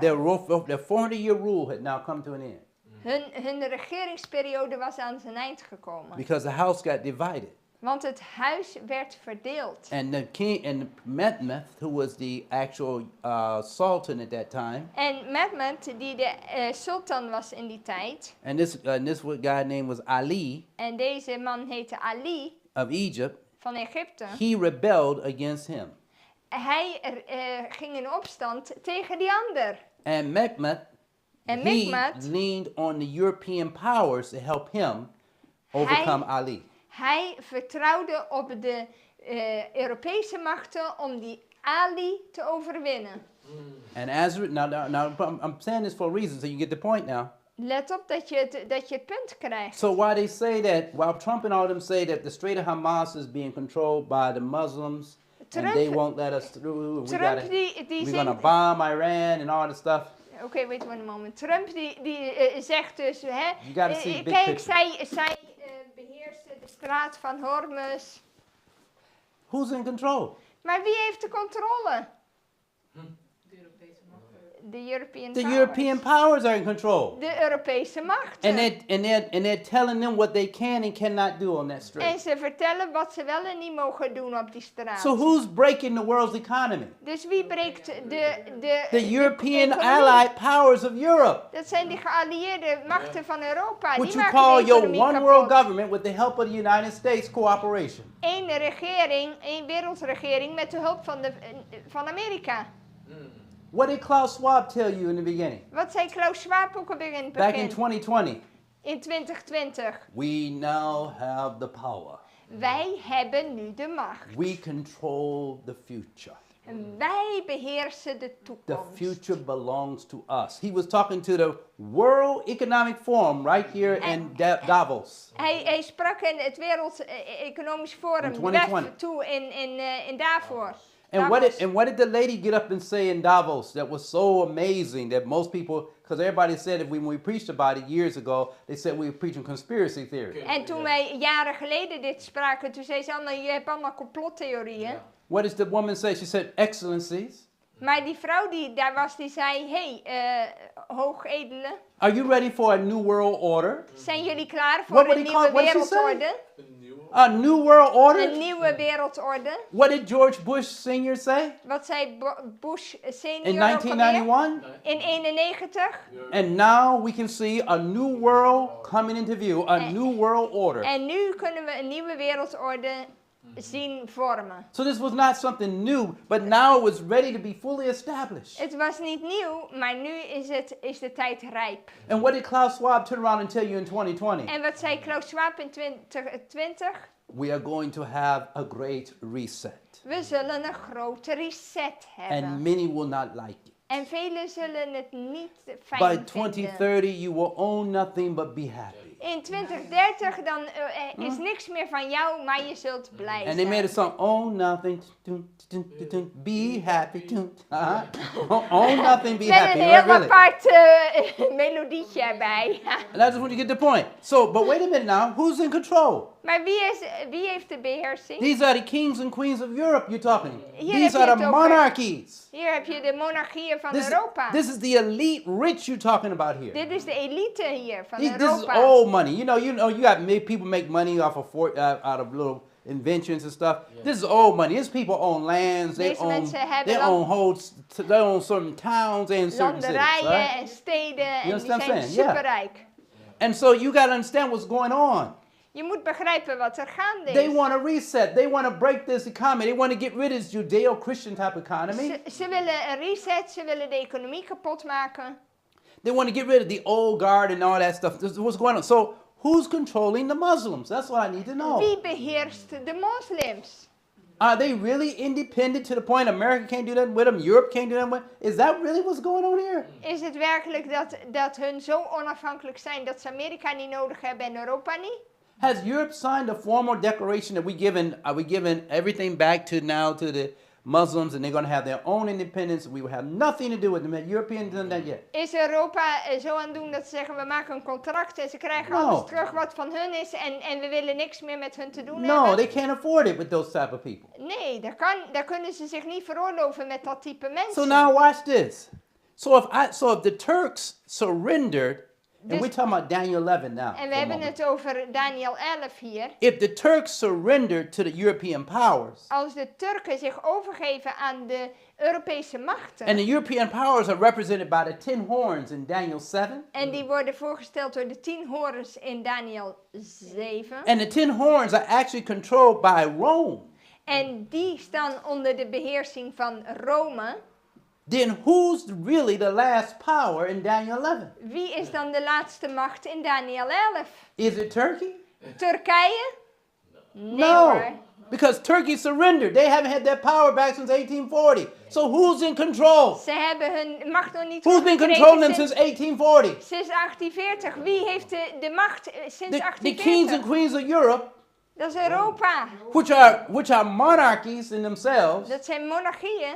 and at the same time belong to secret societies. En ze zitten in geheime organisaties. And the secret societies are represented by Freemasonry, Knights of Columbus, Knights of Malta. Dat zijn de Knights van Malta en van Columbus en de vrijmetselaars. Controlled by the Jesuit organizations. Die onder de controle staan van de Jezuïeten. Who's in control? Wie heeft de controle? Rome. Rome. And what does your Bible say in Revelation 17:18? En wat zei je Bijbel in I Openbaring want you to see with 17 me. vers 18? We've been looking at this thing all this time. I want you to see. Revelation 17:18. What does it say? It says here, and the woman, watch this now. En er staat, en de And vrouw the woman which thou sawest is the great city which reigns. What does reign mean? die u gezien hebt, is de grote Rule. stad die koninklijke Over heerschappij who? voert. Over wie? Over the kings of the earth. Over de So who's ruling koningen these people? der aarde. Dus wie beheerst hun? The Bible said the woman is. De vrouw. So who's going to be the last power controlling them and them? Wie is de laatste Rome. macht die hun beheerst? Rome. Now it goes right back to the issue of the third angel. If any man worship the beast in his image. En dat gaat terug waar je komt bij de derde engelboodschap als iemand het beeld en zijn beest aanbidt. Now you say that, you might say, Pastor Barry, that sounds good, but I don't really see that. Pastor Barry, dat klinkt goed, maar ik zie het toch nog niet helemaal. You know, you really quick those scriptures, you know, but I don't see it. Okay, let me help you out right quick. Laat me u helpen. In Revelation chapter 17, In Openbaring 17, listen to this very carefully. luister goed, Verse 12 and 13. vers 12 en 13. And the 10 horns that thou sawest are 10 kings. What 10 horns are we talking about here? En de 10 horens die u gezien hebt zijn 10 koningen. What 10 horns are we talking about here? Welke 10 Are these horens the same hebben 10 we horns over? of Daniel 7? Van Daniel 7. Yes, but on a worldwide scale. Maar Because so it wereldwijde includes schaal. Europe and all the powers of earth. Watch carefully. Want in Europa zijn alle naties vertegenwoordigd. Now check this out. There are 10 horns, which thou sawest are 10 kings, which have received no kingdoms, plural, or kingdom, singular. Which one is it? Die het koningschap of de koningschappen, wat staat er? I told you, wake up. This is it. Y'all got it now. What you got on your phone? Kingdom or kingdoms? Singular or plural? Okay, what you got? Singular. What you got? Singular. Okay, so wait a minute. Here are 10 kings, Hier zijn 10 koningen. but if you're a king, don't you already have a kingdom? But they all want one kingdom. Ze willen allemaal één This is koninkrijk. one world government you're talking right Dit is there. één wereldregering, want er Okay. is maar één koningschap en er zijn 10 koningen. Then go a little bit closer. It Let says, go. these have what? One mind. Maar die, What does that mean? What happened when COVID hit? Yeah. Everybody agreed. Wear a deze zijn mask, 15 feet eensgezind. apart. Remember? Okay, Net als that's tijdens one COVID. mind. We all agree. Dus ze zijn eensgezind. Now watch this. Watch this now. These have one mind. And what does it say in verse 13 they're going to do later? Wat gaan ze doen? They're going to give their power and strength to who? Ze zullen hun kracht To en the macht beast. aan het beest Who's geven. going to do that? Who's Wie going to gaat do dat that? doen? These kings and queens of Europe Deze and all in koningen, America, all the world that's hele political, wereld. going to give their power and strength to Rome. gaat hun macht aan Rome geven. And who's the beast? En wie is het beest? The papacy. Het pausdom. What is the warning against the beast? En If any man worship the beast in image, the same should drink of the wine of the wrath of God. wie waarschuwt daartegen? Gods volk in de derde engelboodschap. The papacy is the beast. Dus de pausdom is het beest. The wine is her false doctrine. De wijn is haar valse leer. And what wine are they drinking? En welke wijn drinken ze? Sunday. Zondag. Church and state. Kerk en Sunday. staat. Church and state. Give me one more for the road, brother. Okay. Sunday. This is what they're doing. Dit is wat All ze right. doen. And so what happens when the kings drank the wine? Now, just show you what's going on. Just give you a big picture for a moment. What's going to happen when the kings drink the wine? And even Islam is going to drink the Wat wine. als ze allemaal die wijn beginnen te drinken? They're What does the drunk. Bible say in Proverbs 31? Look what the Bible says in Proverbs 31. Wat zei de Bijbel in Spreuken In 31? Proverbs chapter 31, looking at verses 4 and 5. The Vers Bible 4 en says, 5. it is not for kings, O Lemuel, it's not for kings to drink wine, nor princes strong drink, lest they drink and forget the law and pervert judgment of any that are afflicted. Spreuken 31, Proverbs vers 4 31, en verses 5. 4 and 5. Het past koningen niet, Lemuel, het past koningen niet wijn te drinken, of dat vorsten vragen, waar is er sterke drank? Anders zal hij drinken en vergeten wat verordend is, de rechtszaak van alle ellendigen verdraaien. What they going to forget? Dus wat gaan ze vergeten? The law. De What wet. law? Welke The Ten wet? Commandments. De 10 geboden. And what's going to happen when they break when they En forget wat the law? gebeurt er dan als ze de wet vergeten? God says, I will bring, I allow what to come on you? Wat gaat God dan Terror. brengen over hen? Fear. Terreur, angst And a curse now. en een vloek. You don't believe it? Gelooft u dat Let's look niet? what the Bible says it's going to say. In Isaiah 24, go to Isaiah 24. I want you to see the big Jesaja picture. 24. You can get the point with me now. Isaiah 24. I went through all the preliminaries with you. Now it's time to get you to the real deal. Wake you up out of sleep. Resurrect everybody. All right? Okay, Isaiah 24. Let's go for about. The Bible says in Isaiah 24, the Bible said the earth, let's start with verse 4 and 5 and 6. The Bible said the earth mourneth and fadeth away.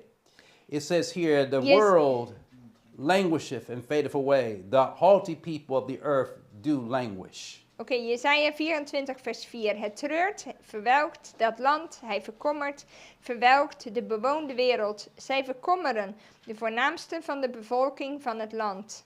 The Bible says here, the earth also is defiled, the inhabitants thereof, because they have transgressed the laws, changed the ordinance, and broken the everlasting covenant. Want Have het mercy. land is ontheiligd door zijn inwoners. Ze overtreden de wetten, ze veranderen elke verordening. Ze verbreken het eeuwige verbond. What did they do? Wat hadden ze They gedaan? transgressed the laws, Ze hebben de changed the wetten ordinance, and broken the what? overtreden en Gods verbond covenant. What gebroken. covenant? Welk The verbond? 10 Commandments. De 10 geboden. What law did in 10 Commandments did they change? Wat hebben ze dan veranderd? The fourth one. And Het what vierde ordinance gebod. did they break? En welke verordening hebben ze dan they destroyed. gebroken? The ordinance of marriage. Van het huwelijk. Marriage and the Sabbath. Het huwelijk en de Sabbat. And because of that, a curse has broken out upon the En earth. vanwege dat komt er een vloek over de aarde. Look what it says. It says here, it says here, therefore has a curse, verse 6, therefore has a curse devoured the earth.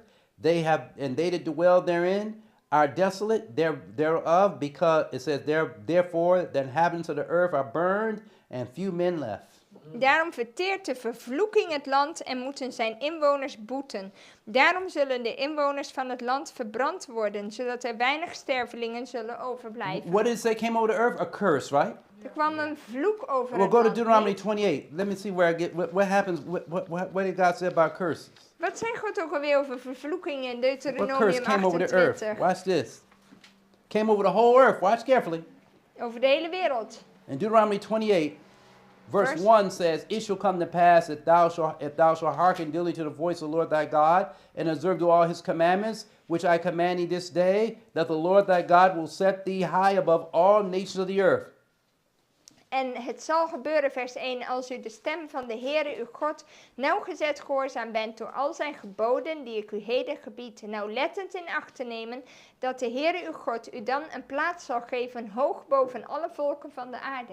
Look at verse 15 now. Vers 15. That's if you're going to keep the commandments, and God shall set you on high. But verse 15 says this, But it shall come to pass, if thou wilt not hearken unto the voice of the Lord thy God, and to observe do all his commandments, and his statutes which I command thee this day, all these curses shall come upon thee and overtake thee. Daarentegen zal het gebeuren als u de stem van de Heere uw God niet gehoorzaam bent door al zijn geboden en zijn verordeningen, die ik u heden gebied nauwlettend te houden, dat al deze vervloekingen over u zullen komen en u zullen treffen. Vers Cursed shall 15. thou be in the city, cursed shall thou be in the field, cursed shall thou basket in thy store, cursed shall be the fruit of the body, and the fruit of thy womb, the fruit of the land, and in the increase of thy kind. Cursed shall thou be when thou goest in, and cursed will thou be when thou comest out. And Lord shall send cursings, and vexation, and rebuke, that thou settest thy hand to do, until thou be destroyed, until thou perish quickly, because of the wickedness of thy doings, whereby thou hast forsaken me. Ja, en even kijken, vers 16. Vervloekt zult u zijn in de stad en vervloekt zult u zijn op het veld. Vervloekt zal zijn uw korf en uw baktrog. Vervloekt zal zijn de vrucht van uw schoot en de vrucht van uw land. De dracht van uw koeien en de jongen van uw kleinvee. Vervloekt zult u zijn bij uw thuiskomen en vervloekt zult u zijn bij uw weggaan. De Heere zal vloek, verwarring en verderf onder u zenden in alles wat u ter hand neemt en doet. Totdat u weggevaagd wordt en u al spoedig omkomt vanwege uw slechte daden waarmee u mij verlaten hebt. So how do we get? Tot How does the vers earth and 20. curse? How does the curse come? What brings the curse? Dus wat brengt die vervloeking? Disobedience to the commandments of God. Ongehoorzaamheid aan de geboden van Worldwide. God. Wereldwijd. Will there be an event that will lead the whole world to break the commandments of God? At least one of the commandments. Welke gebeurtenis zal ertoe leiden dat alle mensen de geboden van God gaan overtreden? The Bible said, and his deadly wound was healed, and all the world wondered after the beast. Zijn dodelijke wond was genezen en de hele wereld ging het beest met verbazing achterna. And then Revelation 13:14 said, they said, Come, let us make an image of the first beast who was wounded by the sword and did live. And as men would not worship the beast, should be killed. Notice this is worship dealing with Sunday worship, which is going to be the issue of the worship of the image of the beast, image and mark of the beast you're talking about. You're making it really complicated for me. I'm just trying to get to the point because it's time to go. I got to get ready. I got to get y'all out. Ja, I understand. Dus in ieder geval, Revelation 13. Dus er zou een beeld van het beest gemaakt worden. En dat 13:3. beeld van het beest zou spreken. En iedereen zou dat moeten aanbidden. Dus dat is wat hij naar voren brengt. En dat And now go to aanbidden heeft te Revelation maken met 13. de zondagsaanbidding. Now go to Revelation 13:14. En Openbaring 13 vers 14. Go ahead, read it. No, Already- I paraphrased the whole oh, thing you already. paraphrased it. Okay. Yeah. All right, so you got the issue of the mark of the beast, and that goes back to Revelation 14:9. Dus If je any man hebt worship het- the beast, image, the same drink of the wine, the wrath of God. Je hebt het merkteken van het beest. Er staat iedereen die dat zal doen, zal ook nemen van de plagen. And why does God's wrath break out? En Because they Gods have toorn. transgressed His law. En waarom komt die rejected his toren? Omdat zijn wetten zijn So overtreden. this is what you're going to see as we go through it. Now, let me take you a little closer here. Bear with me now. I got to go over some things. Take you back here a little bit more. I'll take you where I'm going and close you out. Right here. This is where we have wars and rumors. So what's going to happen now? Dus wat gaat er nu gebeuren? Jesus said there'll be wars and rumors of wars. Jezus zei, er zullen oorlogen en geruchten van oorlogen zijn. Okay? And then nation shall rise against nation. There's a kingdom against kingdom. There shall be famines and pestilences. Okay? Ja, dus natie tegen natie en daarnaast ook pestilentiën en ook hongersnood. All right?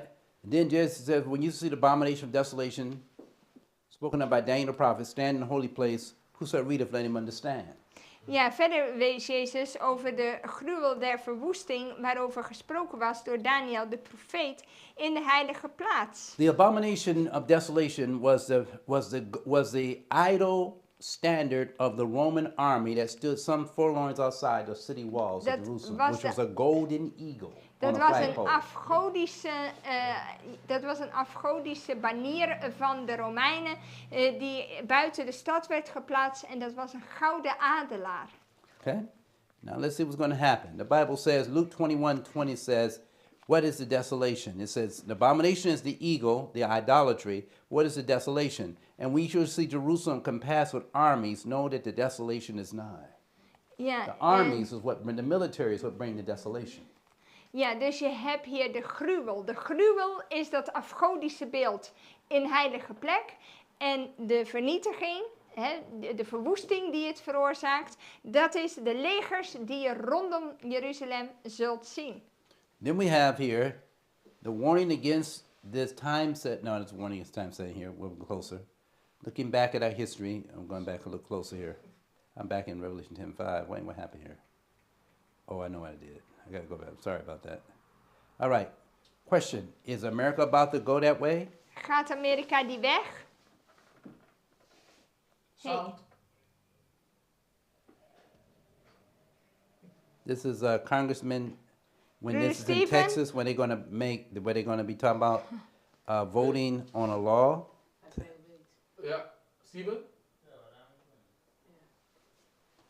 Okay. Let me go back a little bit.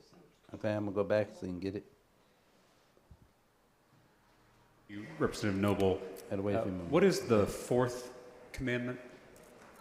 oh, 10 Commandments in public Are you schools. are you Yeah, they referring just to talking my about putting Ten Commandments in public to schools. the way it's written in the bill? Yes. Okay, right. Harder. This is in Texas. Keep the Sabbath. It's about us being here on Saturday. Is that ironic or what? So what does it mean to keep the Sabbath holy? Well, I think it's. You want to get into theology here? I'd love to Just if curious, you'd yeah. like to. I think it's really important that we take a day of rest. I think God, who founded the world, didn't need rest, and yet He took a day of rest after He did creation, and I think He was a good example to us to take a day of rest, and that is enshrined in our rules in our Constitution, where it says accepting Sunday in our very early documents as a nation. And so part of keeping the Sabbath holy is not working on the Sabbath? That is, yeah. And what a is day of rest. the Ten Commandments come from Judaism? What day is the Jewish Sabbath? It is on Saturday. And what day is it today? It is Saturday. Here we are. The Christian Sabbath is what day? Sunday in honor of the day that Jesus rose from the dead. And we're scheduled to give this bill a final vote on what day of the week? It's ironic, isn't it? Would you be willing to postpone your bill so that we're not breaking the Ten Commandments by working on the Jewish or Christian Sabbath? I love that you said that, because if we had not had your point of order the other day, we would have actually already completed that. And so, Representative Noble, you're saying that you'd rather tell people to follow the Ten Commandments than follow it yourself? I would have rather have had this bill passed the other day when it was time. And you know, that's really sad that we are under such a crunch in time now with the end of session. Our Texas forefathers only gave us 160 days to pass bills, and that's where we are in this session. We as a legislature are about 140, to I'm force, sorry, correction. we as a legislature are about to force every teacher in the state to post the Ten Commandments in their classrooms. If Do they are members donated. of the Texas legislature follow the Ten Commandments? Is that about the bill? Your bill is about the Ten Commandments. Yes, it I'm is. asking, do members of this legislature follow the Ten Commandments? So again, this bill is about honoring our historical, educational, and judicial heritage with the displaying of the Ten Commandments. The ninth commandment is, thou shalt not bear false. See, is that the issue of Sunday Dus de zaak van zondag De tv moet laag. and the Sabbath en de Sabbat, is coming to the forefront je ziet dat die hele issue komt and being naar discussed publicly in America. die wordt in Amerika al in het And openbaar different states are besproken. passing legislation to put the Ten Commandments in classrooms, and the Ten Commandment classroom issue is leading to Sunday observance. Ja, en dan hebben ze het over de 10 geboden terug in de klaslokalen, maar tegelijkertijd, die vrouw spreekt over zondag. Niet over de Bijbelse Sabbat. The event that Ellen White warned about is right in front of us. Waar Ellen White zo lang over heeft gewaarschuwd, dat zie je voor je ogen gebeuren. Sunday rest, Sunday law, Zondagse rust. state by state. Staat voor staat. This is going right now as we're talking. And there's another point here. And so the Bible is warning you De Bijbel waarschuwt je. that no man should worship the beast, his image is marked with the number of his name. Niemand moet het beest aanbidden en of het getal van zijn naam of wat dan ook ontvangen. Zijn beeld, merkteken. So what's the warning? If any man worship the beast in his image, Als the same iemand, shall drink of the wine of the wrath of God, which is poured out mixture of cup of indignation. als iemand het beest en zijn beeld aanbidt, dan zal hij ook van de toorn van God ontvangen die onvermengd And the is. beast in his image is moving across the globe. And while that's moving, God's people are preaching and warning, giving the final warning. En terwijl je het beest en zijn beeld hebt die over de hele wereld gaan en dit hele zaakje promoten, brengt Gods volk de drie engelen boodschap. The Lord has shown me the third angel's message must go to be proclaimed, it says, to the scattered children of the Lord. But it must be not hung on time. I saw that some were getting false excitement, arousing from preaching time. But the third angel's message is stronger than time. I saw that the message can stand on its own foundation and needs not time to strengthen it. Ja, de Heer heeft me laten zien dat de boodschap van de derde engel verkondigd moet worden aan het verstrooide volk van God. Maar het moet niet gehangen worden op tijd. Sommigen die hangen het aan een bepaalde tijd vast. En waardoor een valse opwekking komt. Maar deze boodschap kan prima op zichzelf, op zijn eigen basis, op zijn eigen fundament staan. En heeft geen tijd nodig om het te versterken.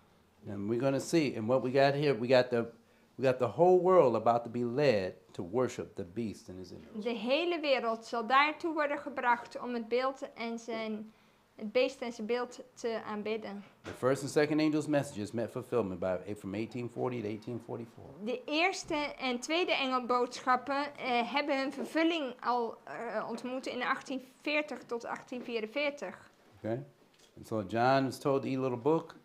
We got today, we're watching the marriage between Ahab and Jezebel as church and state are being brought together. We zien nu weer het huwelijk tussen Agab en Izebel ofwel de verbinding tussen kerk en staat. Let me take the next point right quick. I get you there. What happened here? No, not you. Now, this is what happened in the Arabic world as we're watching what happened took Dit place. was in de But give us Arabische sound. You wereld. can bring back your sound a little bit. Muziek. Calls America the Great Satan. The sitting U.S. President, Jimmy Carter, freezes Iranian assets. Diplomatic relations collapse. They have never fully recovered. September 22, 1980. Iraq invades Iran. The Iran-Iraq War begins. The United States quietly backs Saddam Hussein. 1984. The U.S. designates Iran a state sponsor of terrorism. July 3, 1988. A U.S. Navy cruiser shoots down Iran Air Flight 655. 290 civilians are killed. The war ends a month later. The bitterness does not. June 4, 1989. Khomeini dies. A new supreme leader rises. Ali Khamenei. Hardline ideology remains. January 29, 2002. President George W. Bush labels Iran part of the axis of evil. The war on terror expands. Iran accelerates nuclear development. August 2002. An Iranian opposition group reveals secret nuclear facilities at Natanz and Arak. The nuclear standoff begins. June 14, 2013. Hassan Rouhani, a relative moderate, is elected president of Iran.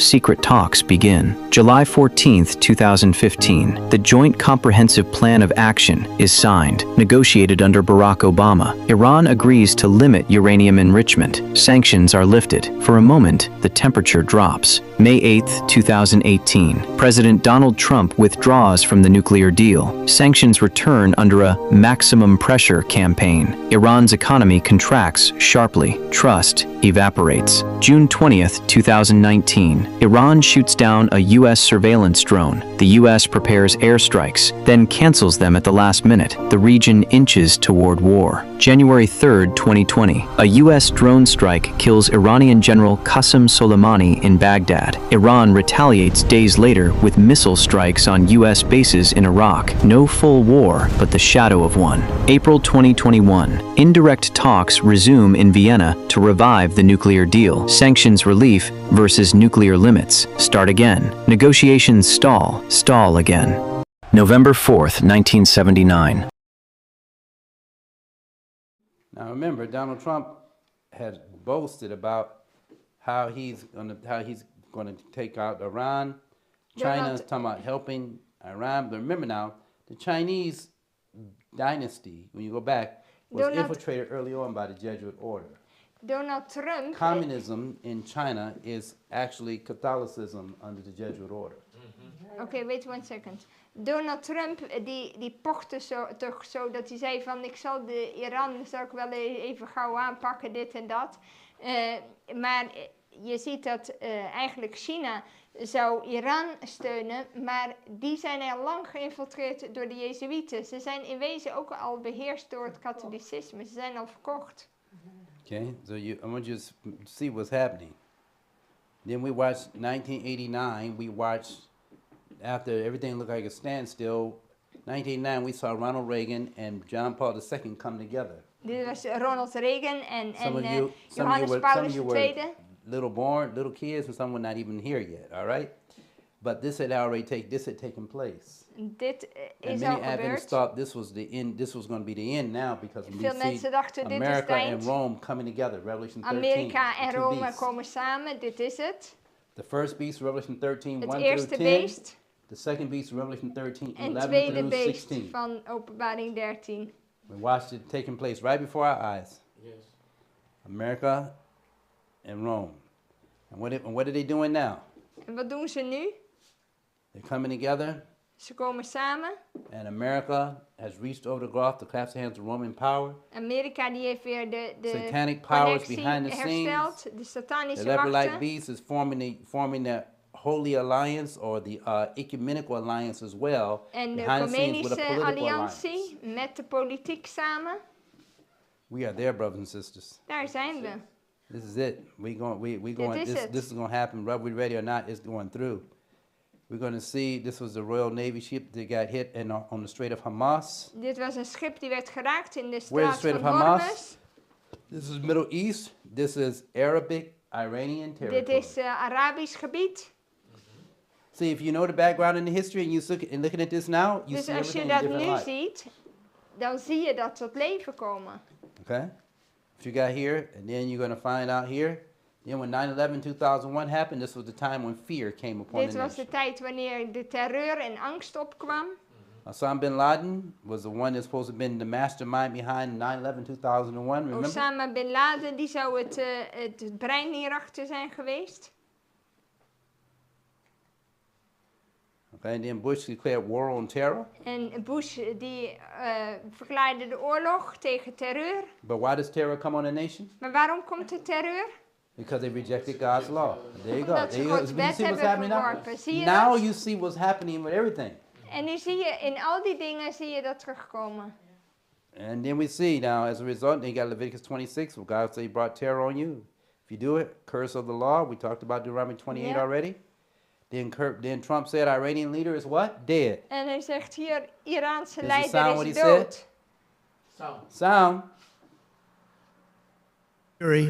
One of the largest, most complex, most overwhelming military offensives the world has ever seen. Nobody's seen anything like it. We have hit hundreds of targets in Iran, including Revolutionary Guard facilities, Iranian air defense systems. Just now it was announced that we knocked out 9 ships plus their naval building, all in a matter of literally minutes.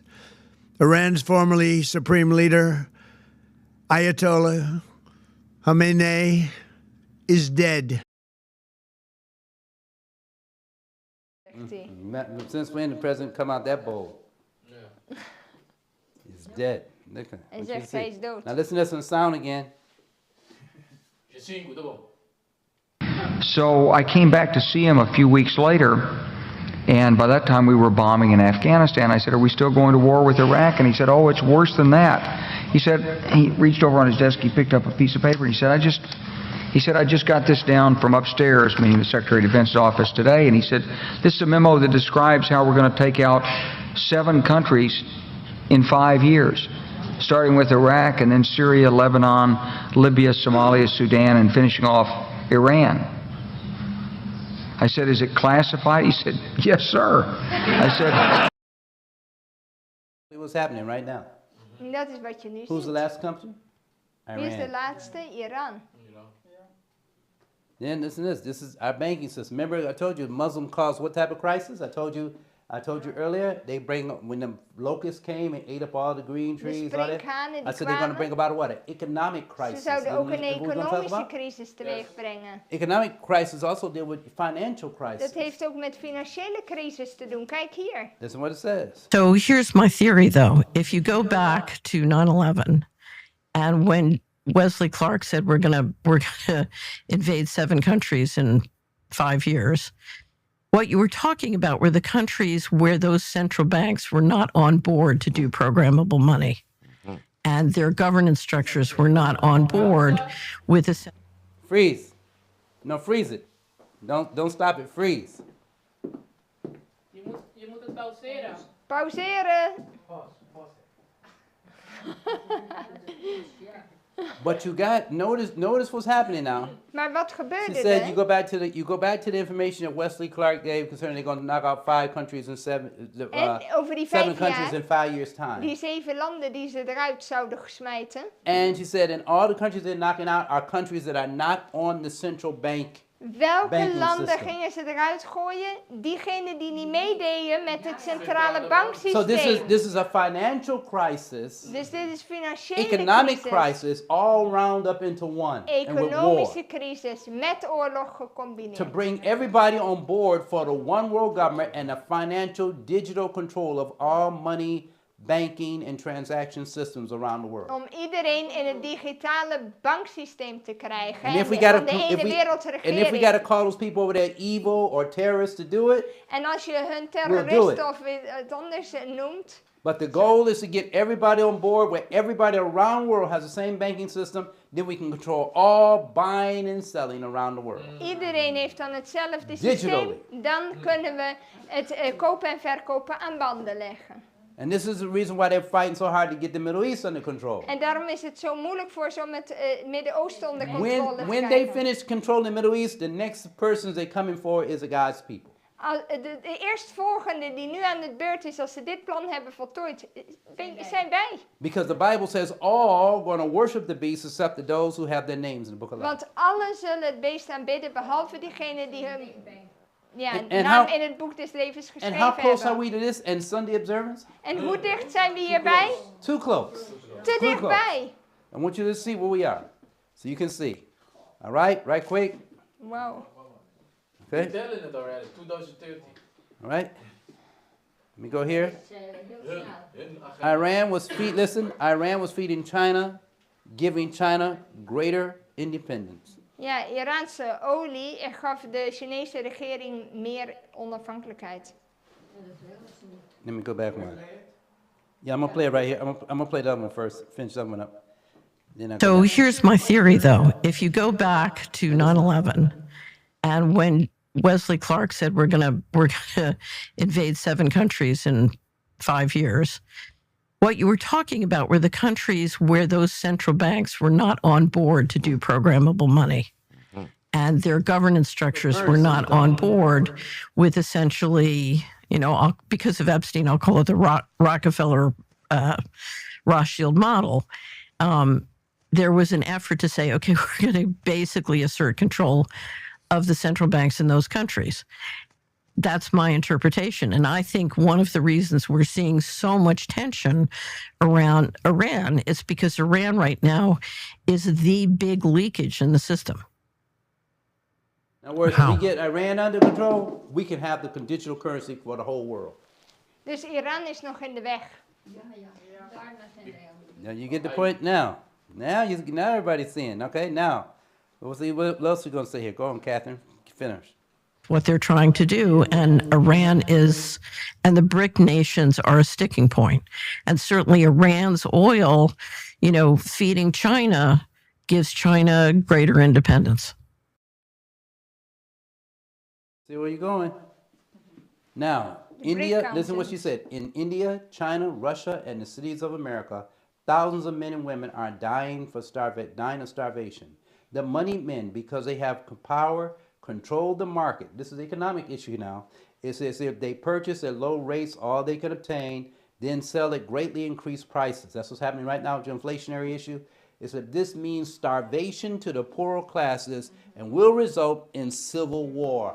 Ja, in India, Again, China. not between North and the South, but for a war over food. Oké, wait a minute. In it India, is. China, Rusland en de steden van Amerika zijn duizenden mannen en vrouwen die sterven van ondervoeding. De mannen met het geld, omdat zij de macht hebben, controleren of beheersen de markt. Ze kopen alles in voor lage prijzen, wat ze kunnen pakken. En dan gaan ze het voor veel voor woeker verkopen. En dat betekent dat de arme klasse sterven en zal uitmonden in burgeroorlog. And so now we can see that this war, Dus we zien dat deze oorlog, from knowing the characteristics early on, als je de kenmerken I van know de, there's a van de lot we Bijbel went through. kent, We still skip some things, but the major points is that this is economic issue. It's Dit not is- just a war. dit is It's niet a alleen war maar for the een oorlog. control of the economy and the surveillance of every man, woman, financial surveillance as well as social surveillance. maar dit is ook sociale en financiële surveillantie, zullen we zeggen. Ook de economie. Yes, you Moet got, you de- got, you And the put the economy system in place, correct. Otherwise But everybody got to be on board when we break it. Maar iedereen die moet aan boord zijn, want anders zit er ergens een lek in het We systeem. can't have no leaks. And that's exactly what they're the doing. whole power then. Right. Listen carefully to this.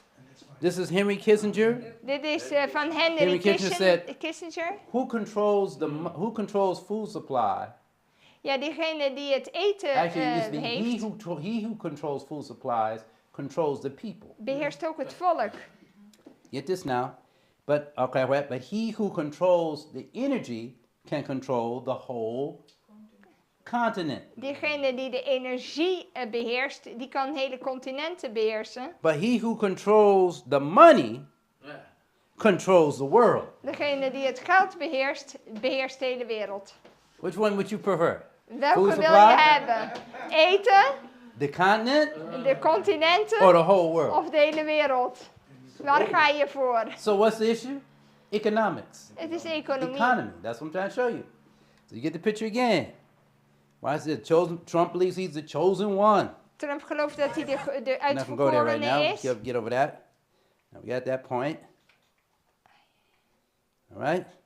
And this is U.S. Bombs. They bomb Iran.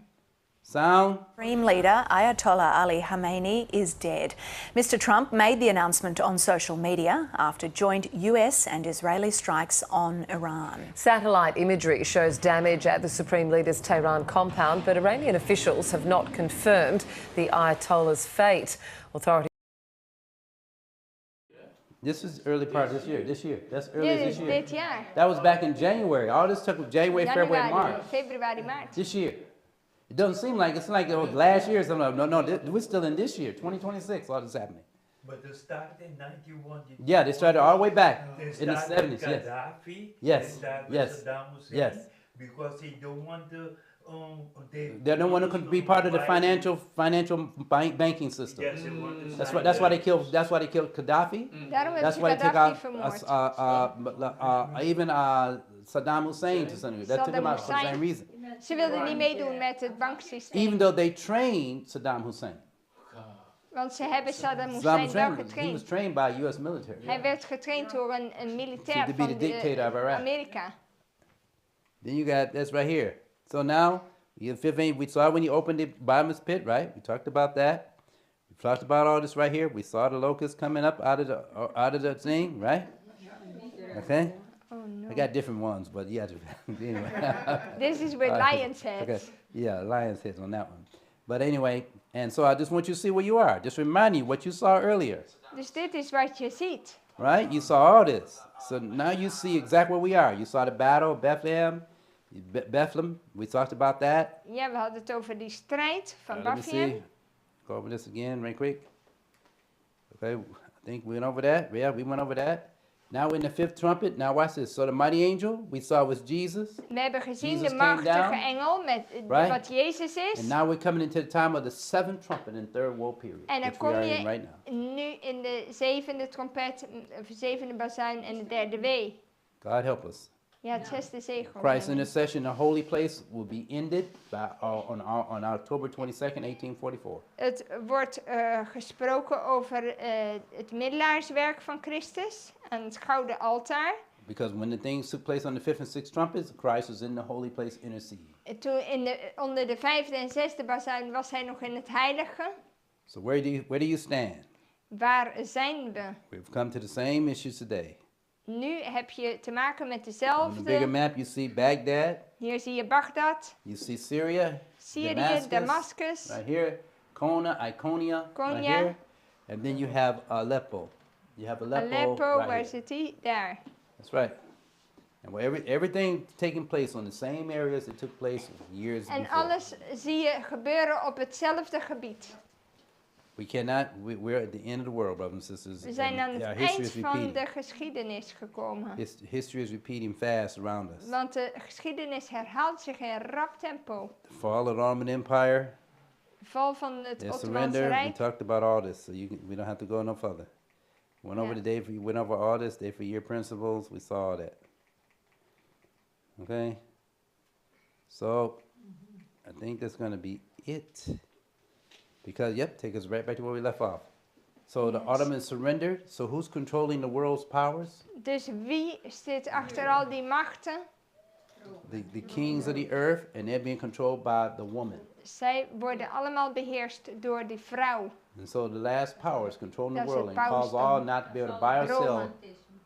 unless they worship the beast's image, will be the papacy.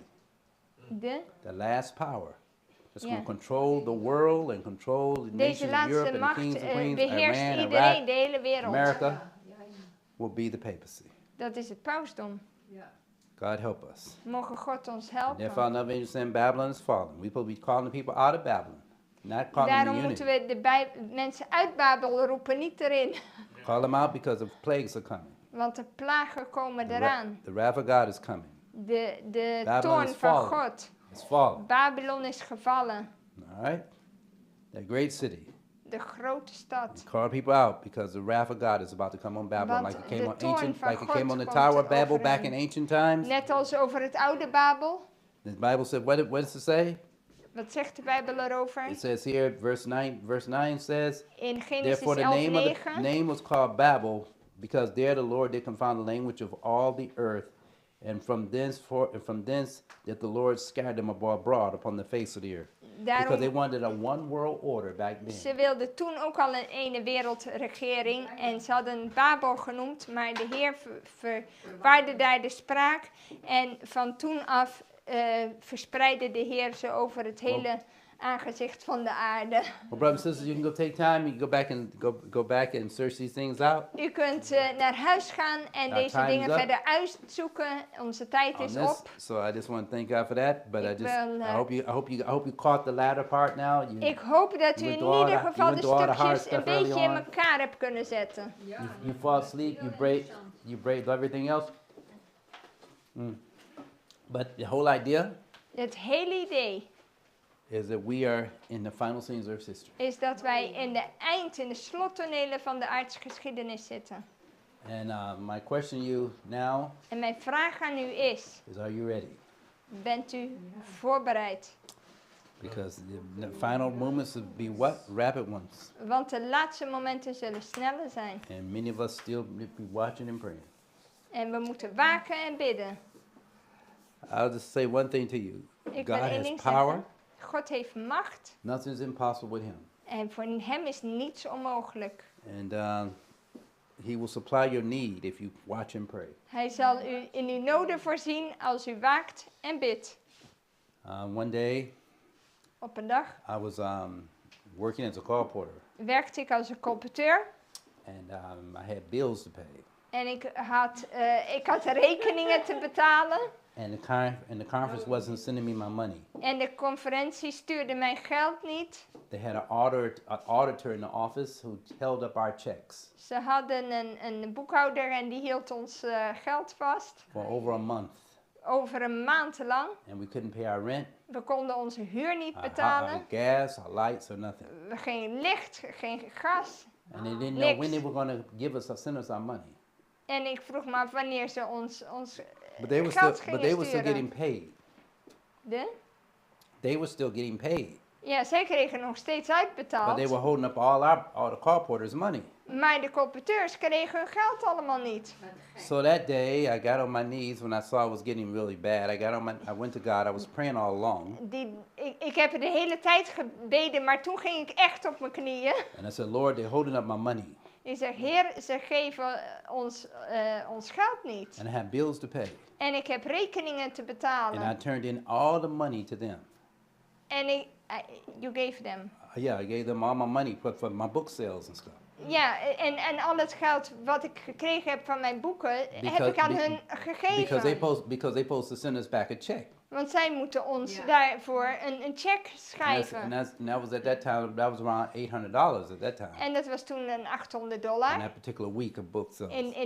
in die week For dat ik the verkocht whole had. month, it was almost $2,000, $3,000. En voor de hele maand $2,000 tot $3,000. So I didn't get it. En ik kreeg dat niet. And I asked the Lord what to do. Ik zeg, Heer, wat moet ik doen? And it was very cold outside. En het was koud buiten. And we were told not. And then the weatherman said, we're warning all families to stay indoors. En de weerman die zei, we waarschuwen iedereen, blijf vooral binnen. And after I came out of prayer, I had claimed the promise that he deserved the wind shall not sow, and he deserved the rain shall not reap. Ja, en nadat ik gebeden had, kreeg ik een tekst waar stond van, degene die kijkt steeds naar het weer, die zal niks binnenhalen. I said, I gotta go.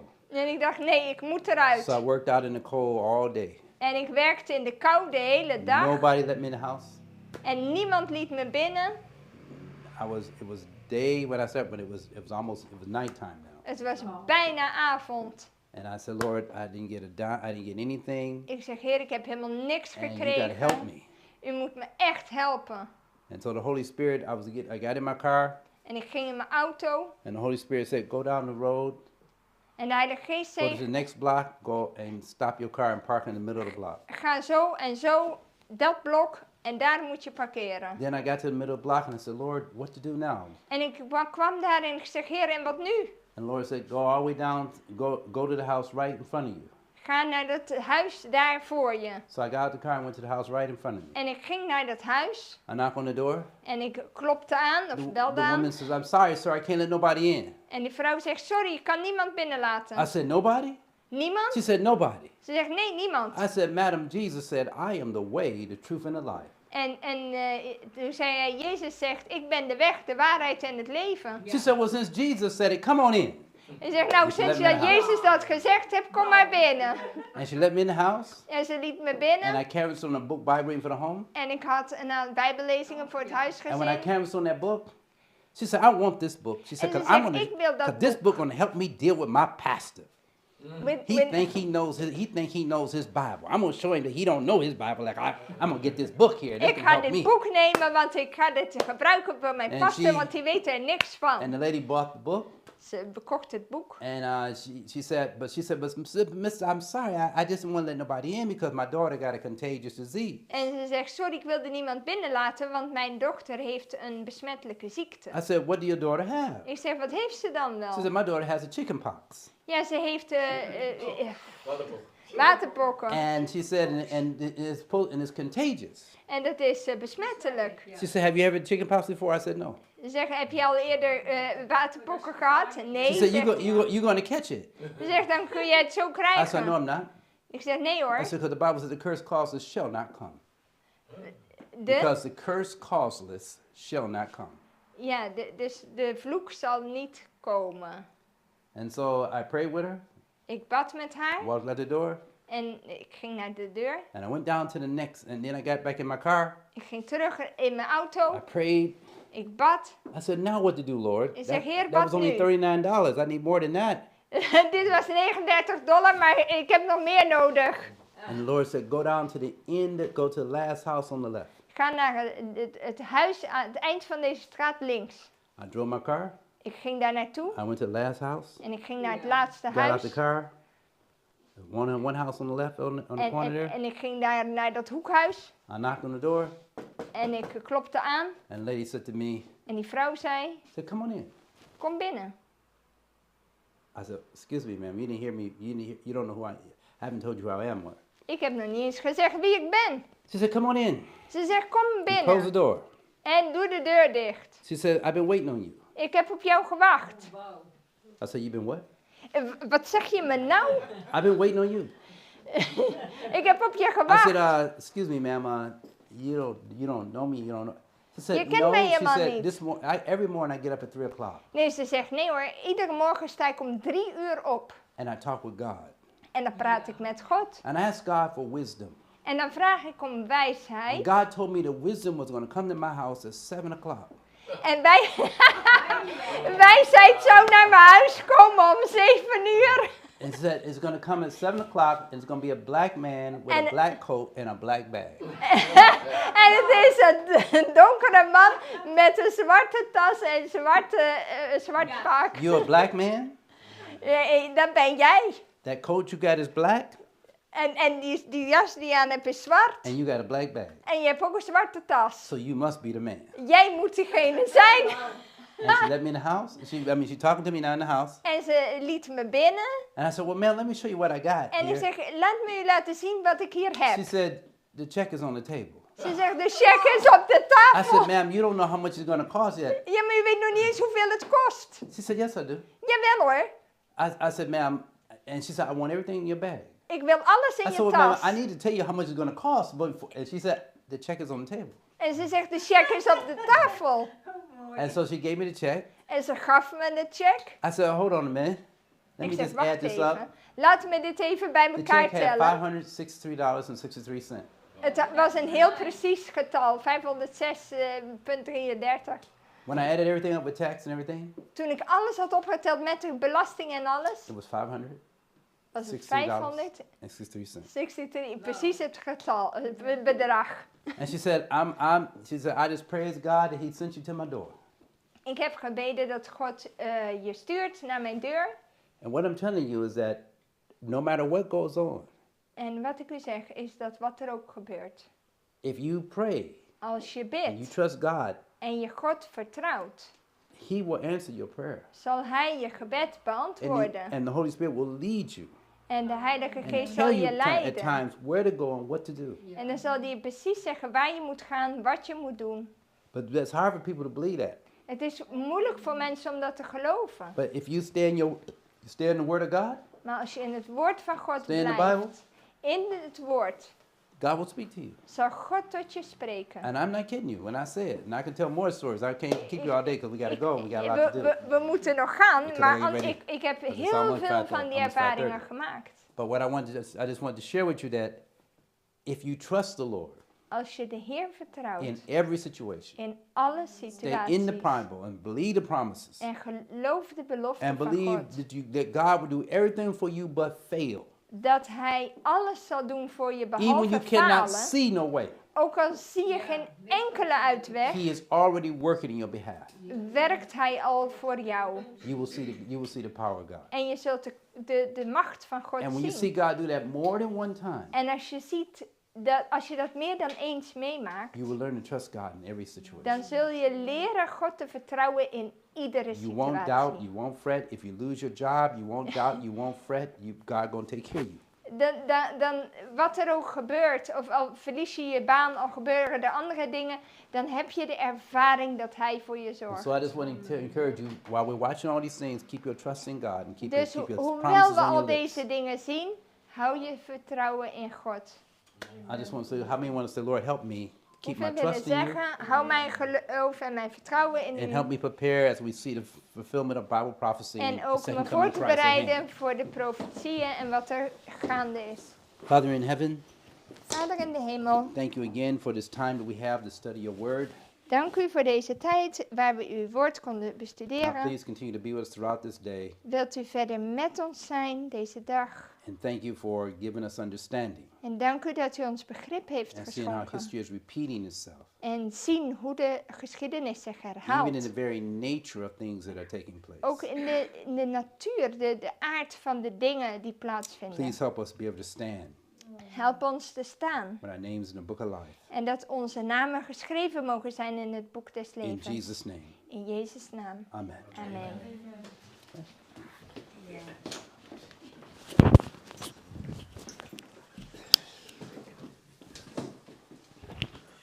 Brothers and sisters, well, we thank the Lord for the message of this afternoon. Amen. Amen. Blessing.